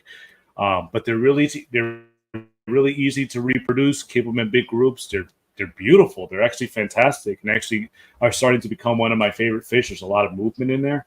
But yeah, it's just weird. But yeah, the aquarium hobby, it's just reciprocal. So it'll be rainbows again, and then it'll just kind of recycle back. But yeah, right now the hot thing that I see in this area are fancy goldfish, fancy guppies, and now the rice fish are just like popping up there. Do you think, for a lack of a better term, that fish influences play a part in what becomes popular and what isn't popular? Yes, absolutely. Because yeah, there was a YouTuber that just popped up a couple years ago who started selling the fancy goldfish, and then after that, I just noticed everybody wanted the fancy goldfish. The That's all they wanted. And then like there's a lot of YouTubers that were importing guppies, and then like bam, guppies were like the new thing. So yeah, I do think that internet influencers have a lot to do with the trends right now. But I say I think it all kind of goes back to the classics. And again, African cichlids are something that I love personally, and I don't think that's ever going to go away. I just like them. I like to breed them. I like the colors. I like to differentiate. I used to be a big Malawi snob, but now I'm moving into Tanganyikan because of the cooler. Yeah, the color, the shape of the fish. Like, oh, I forgot. Maybe you posted it, but they were like, African peacocks, the same fish, different paint job. I was like, oh, yeah. I think we can extend that to just Malawi cichlids, same fish, different paint job. And I'm sorry if I've offended any Malawi keepers. Also, on a wee side note, I was contemplating setting up a Malawi tank yesterday, but that's just a different conversation altogether. Yeah, it's going to be a fun thing when I open when I start getting more Tanganyikan fish in here, because there's just some really cool stuff in those lakes. Now the Victorian stuff, I'm sorry, they all look like trout. They all look the same to me. I'm sorry. We don't get a lot of Victorian here, so it's not too big of a deal. I think we only get 2, maybe 3 species here. So yeah, it's Malawi and Tanganyika here for us. Yeah. So we've had another couple of comments. Buckets for all stores with a $5 fee. Use the same bucket on return. That's a fantastic option. I know Helen a little bit further down the track, so this she uses Aqua One media containers to collect fish in, and someone else said that the Aqua One veggie pellet buckets work really well as well. So there's obviously options there. If we just get a few more people getting involved in that, it's probably going to go a long way. I feed my grindleworms cat or fish food. Should I be feeding more carbs, or is that just cheaper? Again, I have no opinion on grindleworms because I haven't done it. One day I will, and I will come back and answer that question. Again, it's okay not to know the answer, but I'll find out. It certainly is okay not to know the answer. Oops, going to hide some things here. All right, cool. What advice have you got for someone who's just starting in the aquarium hobby? I think just find out what it is you want to do. There's so many ways you can take your aquarium hobby journey. I usually like to start off with guppies, mollies, and work your way up. I mean, it's possible, but I wouldn't recommend someone jump right into an African cichlid setup because it is a very specialty setup. You have to have higher pHs. You got to have caves. You have to make sure you can balance the aggression levels of your fish, and you kind of got to be able to read your fish's body language a lot when it comes to more of these aggressive fish. So I would start off again community, low level tetra molly stuff, and then as your experience grows and your hobby grows, then you can start looking at more of those advanced fish. But also, don't go to PetSmart and buy a 10-gallon tank and then buy the fish the same day. You're not going to have a good time. And another part. So when I was a kid and we first got our first 10-gallon tank, it came with a little VHS from Top Fin. And I watched that tape literally until the VHS broke. I could recite that entire VHS. But there was one section that was wrong, and it was about cycling your aquarium. And they were like, yes, take your aquarium home, test it for leaks, clean your gravel, fill your tank, turn your filters on, and wait a week. Once your tank is cycled, you can go to the store and buy some fish. I learned that's wrong because your cycle doesn't start until you add an ammonia source and until you add a bacteria source. So, yes, when you buy your first aquarium setup, buy yourself some type of live nitrifying bacteria. There's many companies that make it. I know API makes one, Microblift makes one. Everyone has their own strain of of nitrifying bacteria, just seed your tank. You'll thank me later. But also, again, Nelson's hot take. There are some fish that can ride a cycle. So there's some stronger fish that you can pop in with a tank that's cycling, and they can kind of ride it, and it can kind of help you get to where you need to go. But it's not going to be neon tetras. It's not going to be any type of catfish, any type of scaleless loach or whatever. But like a black skirt tetra can ride a cycle. Most African cichlids, they can ride a cycle. Just don't go crazy. Just get like one or two and just kind of let it kind of build up that way. But again, that's a Nelson hot take. The whole topic of taking a brand new aquarium home from a shop, cycling it in whatever period of days you want to add because the filter has been running is a very interesting one. As a retail shop, just yesterday I had someone come in and say, I bought this tank and we've been cycling it for 3 weeks. The filter's been on, but they've done nothing to it, and it's come from a box store. So like, it's a really interesting topic because people want to go hard with this new thing that they've got, and they want to get fish as soon as they can. And then it's this period of time and this period of time, or do this or do that. It's a really intricate topic, and I don't know the answer for it. But it doesn't matter who you talk to. Everybody's got their own way, their own topic, their own thought pattern, their own product to use, their own method, and it's a real minefield when it comes to that for new people trying to start new stuff. It's really interesting. Yeah, minefield, that one. For me, like when you buy a new aquarium setup, you're also buying an aquarium test kit, and again, you're buying yourself some of those nitrifying bacterias. You're doing something, but you're testing your tank. You're going to see that ammonia go up, and you want to see that ammonia convert itself into nitrite, and then you want to see it convert itself into nitrate. Once those first two ammonia and nitrite are gone, and your nitrate's at 10 or 20 or 40, you're good. Turkey's done at that point.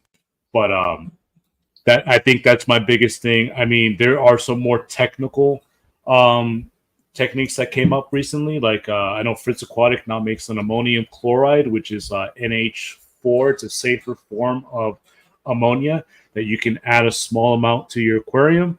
So you can add your ammonia source, you can add your bacteria, and then you can watch that cycle. But once that cycle is complete, your tank is properly cycled. But yeah, we're not going to grab 40 fish and throw them into a 75, and you're not going to have a good time. All right, we've got a couple of comments to go through. Rebecca has said solid gold did a lot for goldfish a little while ago. Yep, absolutely. And that's possibly where the goldfish is coming back, so to speak. Mm-hmm. Where have we gone?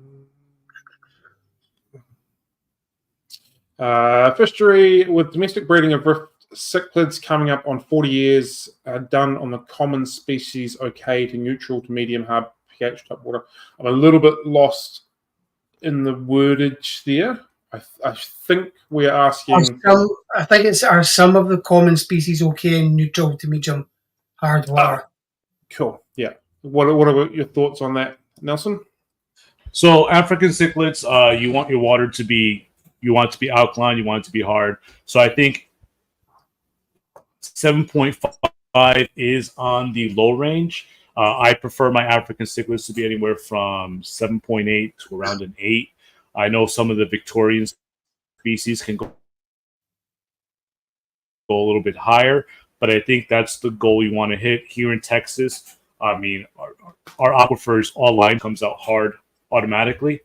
But yeah, 7.5, I would start considering adding some type of buffer to bring that pH up a little bit. I mean, it'll most likely be fine, but again, I think 7, 8, 8 is where you need to be. Yeah, I think what Alex was trying to kind of raise was that they've been domestically bred now for 40 years, and do you think that's influencing their capacity to enjoy a lower pH level? They're more acclimated to that now that they've been domestically bred for such a long time. I mean, I think so. I think these African cichlids are really tough. I mean, even the discus, like I said, that I get, discus should really be kept in soft water, low pH, acidic. But these guys have been bred for so long in just straight city water. I actually saw breeding at the facility, and I was like, my mind was blown because I was talking to the gentleman, and all of a sudden I just watched this discus just kind of going up the wall, laying eggs, and I see another one right behind her just fertilizing the eggs, and he goes, yeah, they just do that. But normally when you try to breed a discus in harder water, it makes it harder for the sperm to penetrate the egg, so you get a really low fertilization rate. But looking at the success that these breeders have with this line, with this strain, I'm like, yeah, I think you hit something special here. Yeah. But yeah, some of these fish can adjust to these environments over time. I think again, stability is more, stability in a different pH range. If it's stable and everything else is met, then it stands more of a chance of acclimating itself to that, as long as it's steady within means, obviously.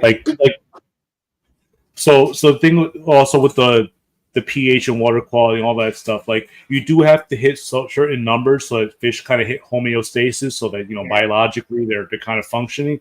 What gives me the ick, and when I see people keep Central American and African cichlids in the same enclosure, and I'm just like, it's all right.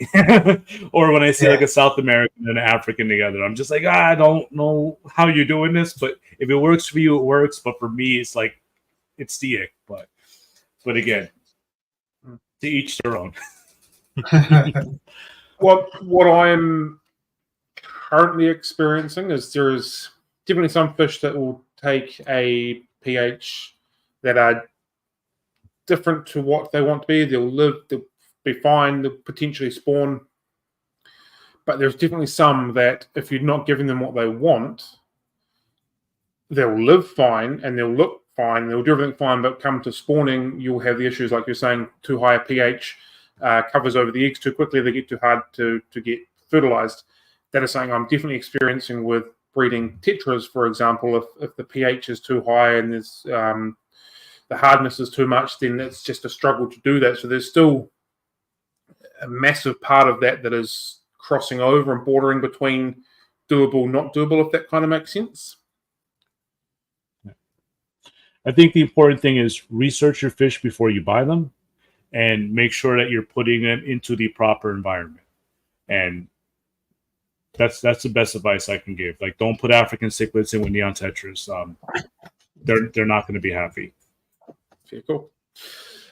We've had a pretty robust conversation in the chat about bacterias and cycling. Like I said, everyone's got their own thoughts, their own methods, their own ideas on that. I've been trying to keep track, but I'm absolutely lost on where it's gone. So, I tried to keep track so we could bring up some of the comments and some of the conversation, but I've lost it. So if people want to continue to chat about that in the comment, we'll see if we can pick any of that up throughout it. All out war. Oh, good. Please be nice to each other and please behave. It's not too bad. We did have another question from Alex, though. A separate one from the first one that he answered, that he asked, sorry. This one here. The last question is, keeping a tank with little to no plants and a pH in the 8s, does ammonia spike fairly easily, as ammonia is exponentially more toxic tenfold per point of pH? Does that make sense to me? Makes sense to me. Yeah.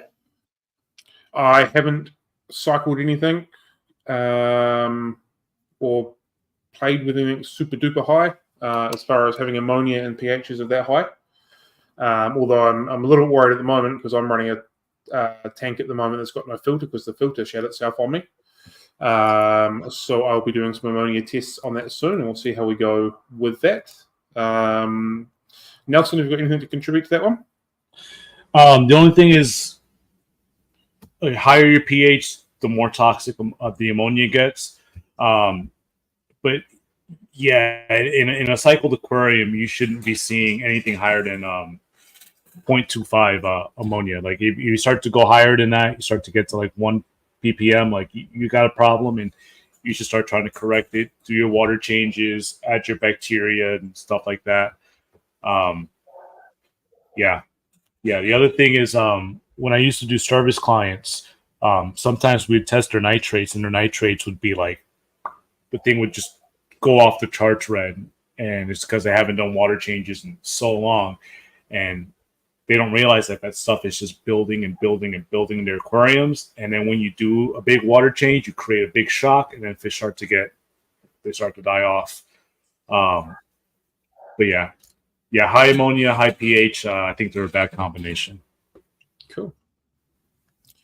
How are you currently balancing between working at a public aquarium as your day job and then running your startup, Creekwood Aquatics? How is that working for you at the moment?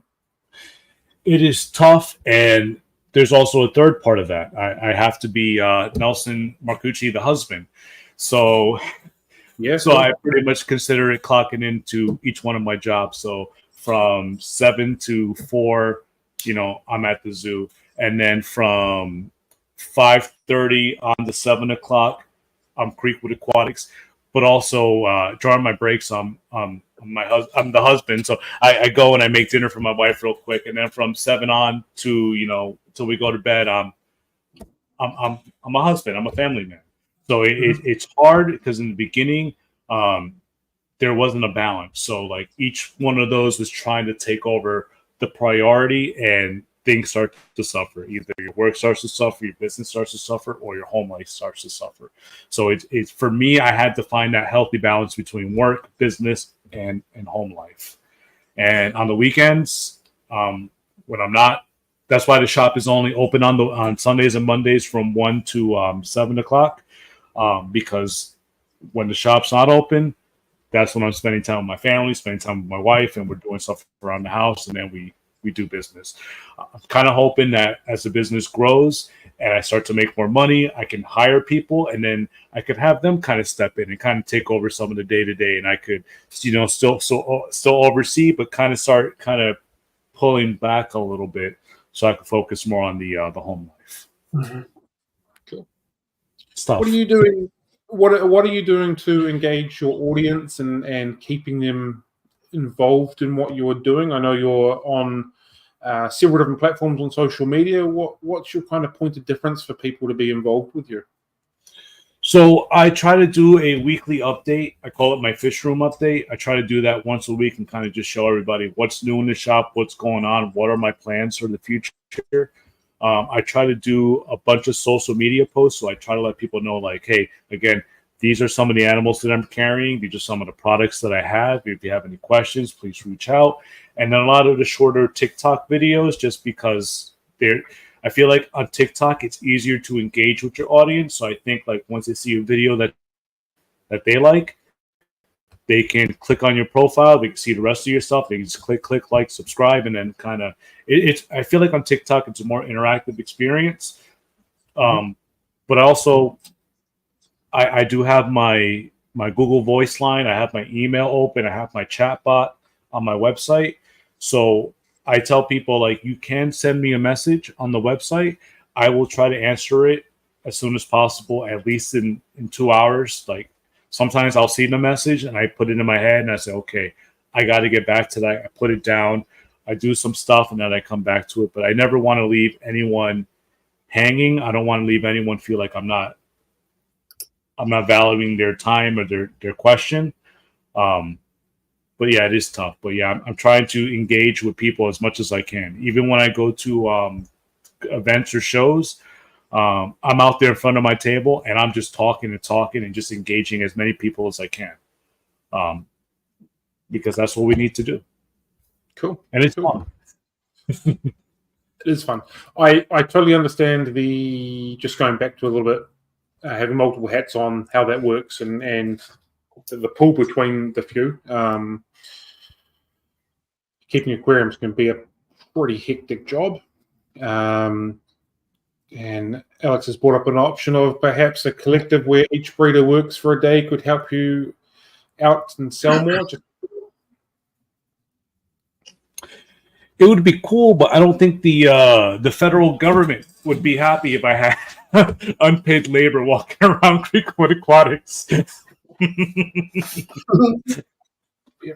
Yeah.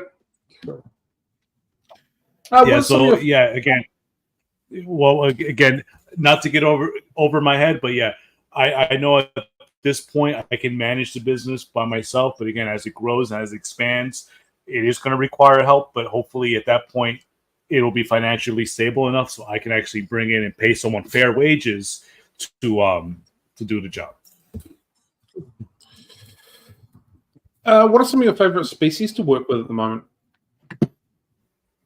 Again, African cichlids, Mabunas, Alunacara, stuff like that. They're always going to be my favorite fish to work with. I just enjoy them. There's something about them, the digging and their behaviors. For me, they're fantastic. Again, I work with the pupfish, the two species. I didn't understand what people found fascinating about them until I started working with them. And there's just something about this blank stare that these fish have. And they're really sociable to a fault. If I walk past the ponds, they all come up to the corner and they want to be fed. And that's great because I'm a human. But if I'm also a raccoon and they think the raccoon's going to give them fish flakes, the raccoon's just going to have an all-you-can-eat buffet. So yeah, they don't have like the self-preservation thing that most fish have. Yeah. But, African cichlids, the pupfish, and then I think one of the species that I do want to keep personally myself are the baddest. There's something about the micro predator fish that I just find so fascinating. And I once had a baddest and I put him in a shrimp tank and I go, what's the worst that can happen? Killed all my shrimp. Yeah, so I was like, yeah, you earned the title micro predator. Yeah. Right, Zen had a question. Zen has just brought something up, and I'm going to have to see if we can find the question. Is that something he knows anything about? As I have found my tap water is pretty awful. Can you please expand on that? Because I've not been able to keep track of the chat. I'm sorry, Zen. How do you balance your passion for keeping fish in aquariums, running a business, as well as working in a public aquarium? Because I know for myself, running a business, I've almost lost my hobby per se. The passion's still there, but the hobby's kind of gone. How are you balancing that for you and what you do? I think I'm just built different because I tell people I would work at the aquarium for free. Just don't tell them that. I enjoy this hobby so much because I get to use all the parts of my brain. I get to use the science and the chemistry and all that stuff, but I also get to be an electrician and I get to be a carpenter when I have to build stands, and I get to be a life support tech. I get to do it all, and I get to get my hands on a lot of different pumps and a lot of different projects. And I think that's what keeps it fresh for me, because there's always something to do, there's something to build, or there's always something to learn.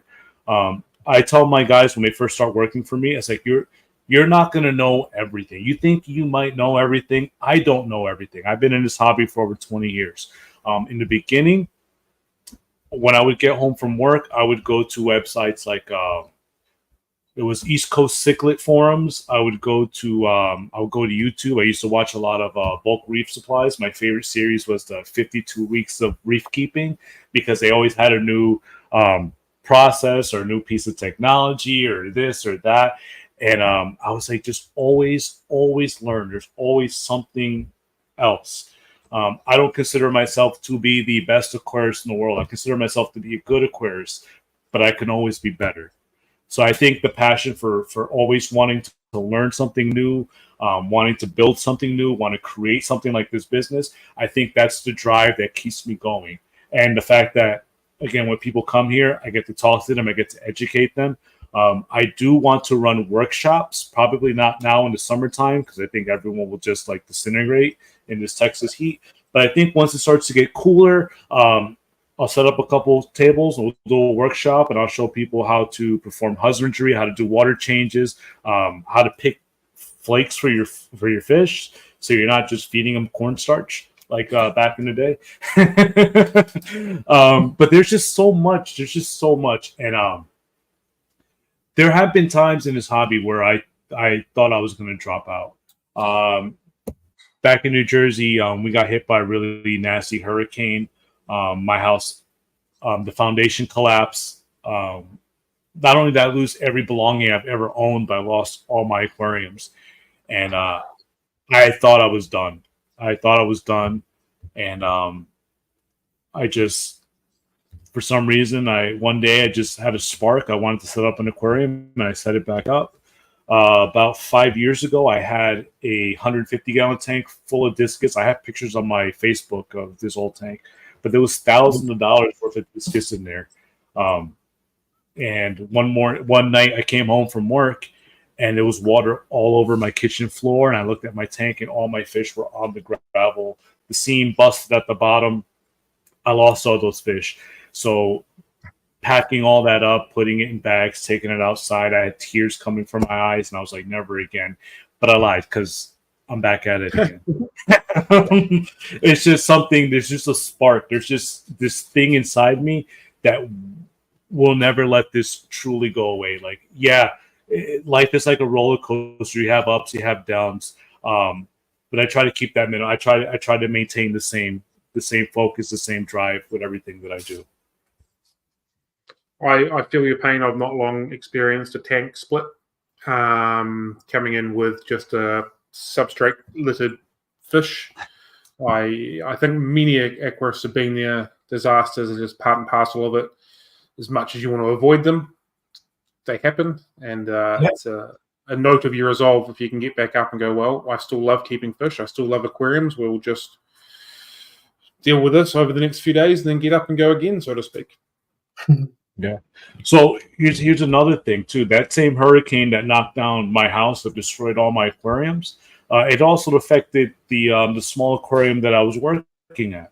So then I had to make a choice. I can either have a pity party for myself and just be miserable, or I can go to my building that has my 4,000-gallon aquarium and take care of those fish, because at that same time, that building had no power. So we had to build battery backups. We basically had marine boat batteries attached to a converter that changed from DC to AC, and then we had our bilge pumps, our little aerator pumps, and we had those kind of going.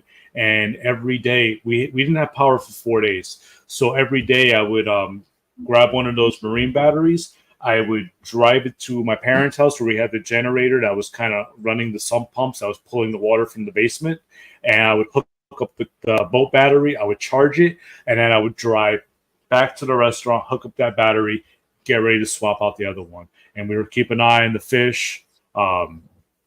Obviously, we weren't feeding. We weren't doing anything. We were just like, we just need to maintain until we get power back. And once power came back, I was there when the lights came back, and I saw my fish, and I was like, good thing that I had my system on manual off. So I went downstairs. I backwashed all the sand filters, cleaned the pre-filters. I knew that stuff was going to be stinky, full of aerobic bacteria, and I was just like, no. So we give everything good flushing, turn the system back on, got it aerated, and then I was like, in the morning, we'll assess the damage. But yeah, again, disasters happen, but you have to learn like what you need to do to get the job done. Then you can have your pity party. Mm-hmm. Yeah. That's all about Cool. All right. So, Zen asked, what if your tap water comes out at 1 part per million ammonia, 2 part per million nitrite, and 40 parts per million nitrate? As long as the cycle takes care of it in a day or two and I use Prime, is there any long-term issues from that? So I know here in Texas, I don't want to say we deal with they don't use ammonia to clean our lines, but they do use a lot of chlorine. And I know there's days after like a heavy rainstorm, when I go to shower, the water smells like I'm in a public pool because there's that much chlorine gas in there. I know that there's some municipalities in the States that use like some type of ammonia to help clean the lines, or else they get filled up or whatever. If you know you have bad water in your area, you might want to invest in some type of RO unit. I don't want to say RODI because you don't have to go that crazy, but some type of RO or some type of carbon, something to just kind of reduce that organic waste before you put that in. Because on some of the Facebook groups that I'm at, some people are like, hey, have you noticed that the water's been testing and there's been this in the tap water? So everyone on the area is kind of alerted to like there might be ammonia based whatever in that water. There might be extra chlorine that we're not expecting. So yeah, it's just good to have a backup. I mean, I have RO filters all over my house just in case something happens. I have a way to clean water, filter it, and get into these tanks. Because yeah, I like Prime. Prime is an excellent product. Sodium thiosulfate with some I forgot what other buffering salts are in there. But I don't just want to depend on that because there are things that can slip through the cracks. And at least my belief with Prime and stuff, great product, but it only binds up the chlorine and the nitrite, but eventually it is going to become free again. So again, you don't want to rely on that. Like, this is going to save me. You want to make sure that your water source is safe to begin with. Yeah. From memory, we spoke to Brian Miller, who works at Seachem, and he basically said that from memory, and probably paraphrasing a little bit, it does that, it binds it for a certain amount of time, which then allows the filter to catch up and do its job to process it properly. From memory, from what he said. So how long that period is, I can't remember off the top of my head. Whether it binds for 24 hours, 48, 72, I'm not sure. But yeah, the idea is it binds it, makes it non-toxic, and then allows the filter to process it in that period of time. Yeah. Cool. Yeah, that's what I'm saying. You don't want to depend on. That's not like your fail safe. Like, that's why just make sure you have a good source of water, or you have some way to run it through a reverse osmosis filter, carbon black, just something, just to get you to that point. Yeah. How can the aquarium community support each other and grow together? I think just sharing the knowledge. I mean, the fact that Facebook is what it is, and you can join a bunch of fish groups. What I don't like about the fish groups is they say like all questions are good, and someone will ask a very basic entry level question, and then everyone just like attack. It's not about that. Even if you're answering the same question like 50 times in a row, maybe sit this round out, let someone else answer the question about cycling, or is this a good food? But I do think in this world, people, especially online, they find little things and they argue and they fight and they do this. It doesn't have to be that way. I mean, we're all in this hobby. We all love these fish, and we should be doing everything we can to create a welcoming, safe, and fun hobby. I mean, it is what it is. This is a hobby. I was talking to my friend Charles from Lone Star Exotic Fish, and he was like, yeah, this is the most like this is the excess. Like, we don't need any of this, but we choose to do this. So, like, Yeah, I think for me, because we're dealing with live animals, it brings up this next level of interest or passion from people. It's not like we're collecting a stamp where it's not alive, and if you care for it wrong, it's going to diminish, but it's not going to die. And I think that's where that extra level, and sometimes the extra level can become aggression or perceived as aggression, because the internet's really hard to read, can get people off track and can cause a few a few issues with people, if that kind of makes sense. Yeah, like I said, that's why when I have an opinion that I know is going to be controversial, I say, hey, this is a Nelson hot take. This is my opinion, and you can take it or don't. But like, again, there's 1,000 ways to do something right. There's also 1,000 ways to do it wrong. It just depends on what works for you. But also, yeah, don't jump on the person who's asking because they just want to get into the hobby and they're just asking simple questions. Like, there's no reason to come at them that way. Just be welcoming, and if not, just again, sit that round out. You don't have to engage with every single comment. I had people on my YouTube and even TikTok that say things they're not great, but you know what I do? I just give them a thumbs up or I give them a like and I say, hey, thanks for your engagement. But yeah, I'm not going to lose sleep over that. Engagement is engagement. It works every way around. So we're getting towards the end of our structured questions that we've got for you.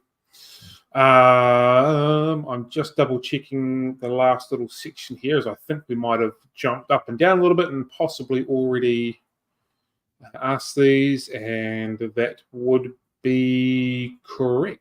Okay, so we like to end all of our Finatics Friday Coffee Dates with what we call the School of Six. So 6 very quick, short answer questions. They're not meant to put you on the spot, but sometimes they do. So I apologize early if that does happen. So my first question is, if you're doing a coin toss, heads or tails?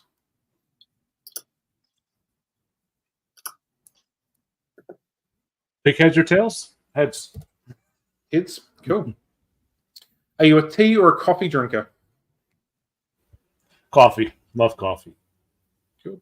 Do you think we're alone in the universe? I don't have the hubris to say that. Yeah.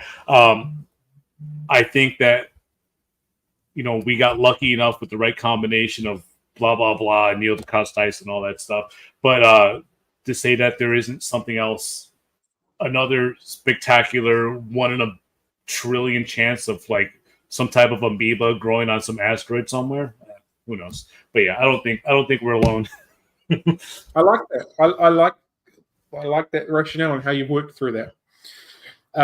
If you could have a meal with anybody from any point in time, alive or dead, fictional or real, who would that be?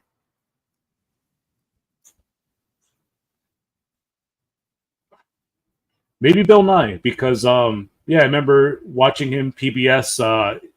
It inspired me to ask questions about things and want to learn and keep kind of pushing boundaries. Cool. Paper, scissors, rocks. What's your first call? Rock. No one sees it coming. And what is your unicorn fish that you could either keep, spawn, see in the wild, take photographs of? What is this one fish that you have never been around that you always want to be around of? I personally am a fan of naso tangs, like unicorn tangs, flamingos. There's something about them. They're so personable. They have like little human characteristics. But yeah, just seeing them in aquariums, they're one of my favorite marine fish. Cool. And my last question, which makes 7, not 6. Where can people find you if they want to know more about you, get involved in your business and what you're doing? And at my house.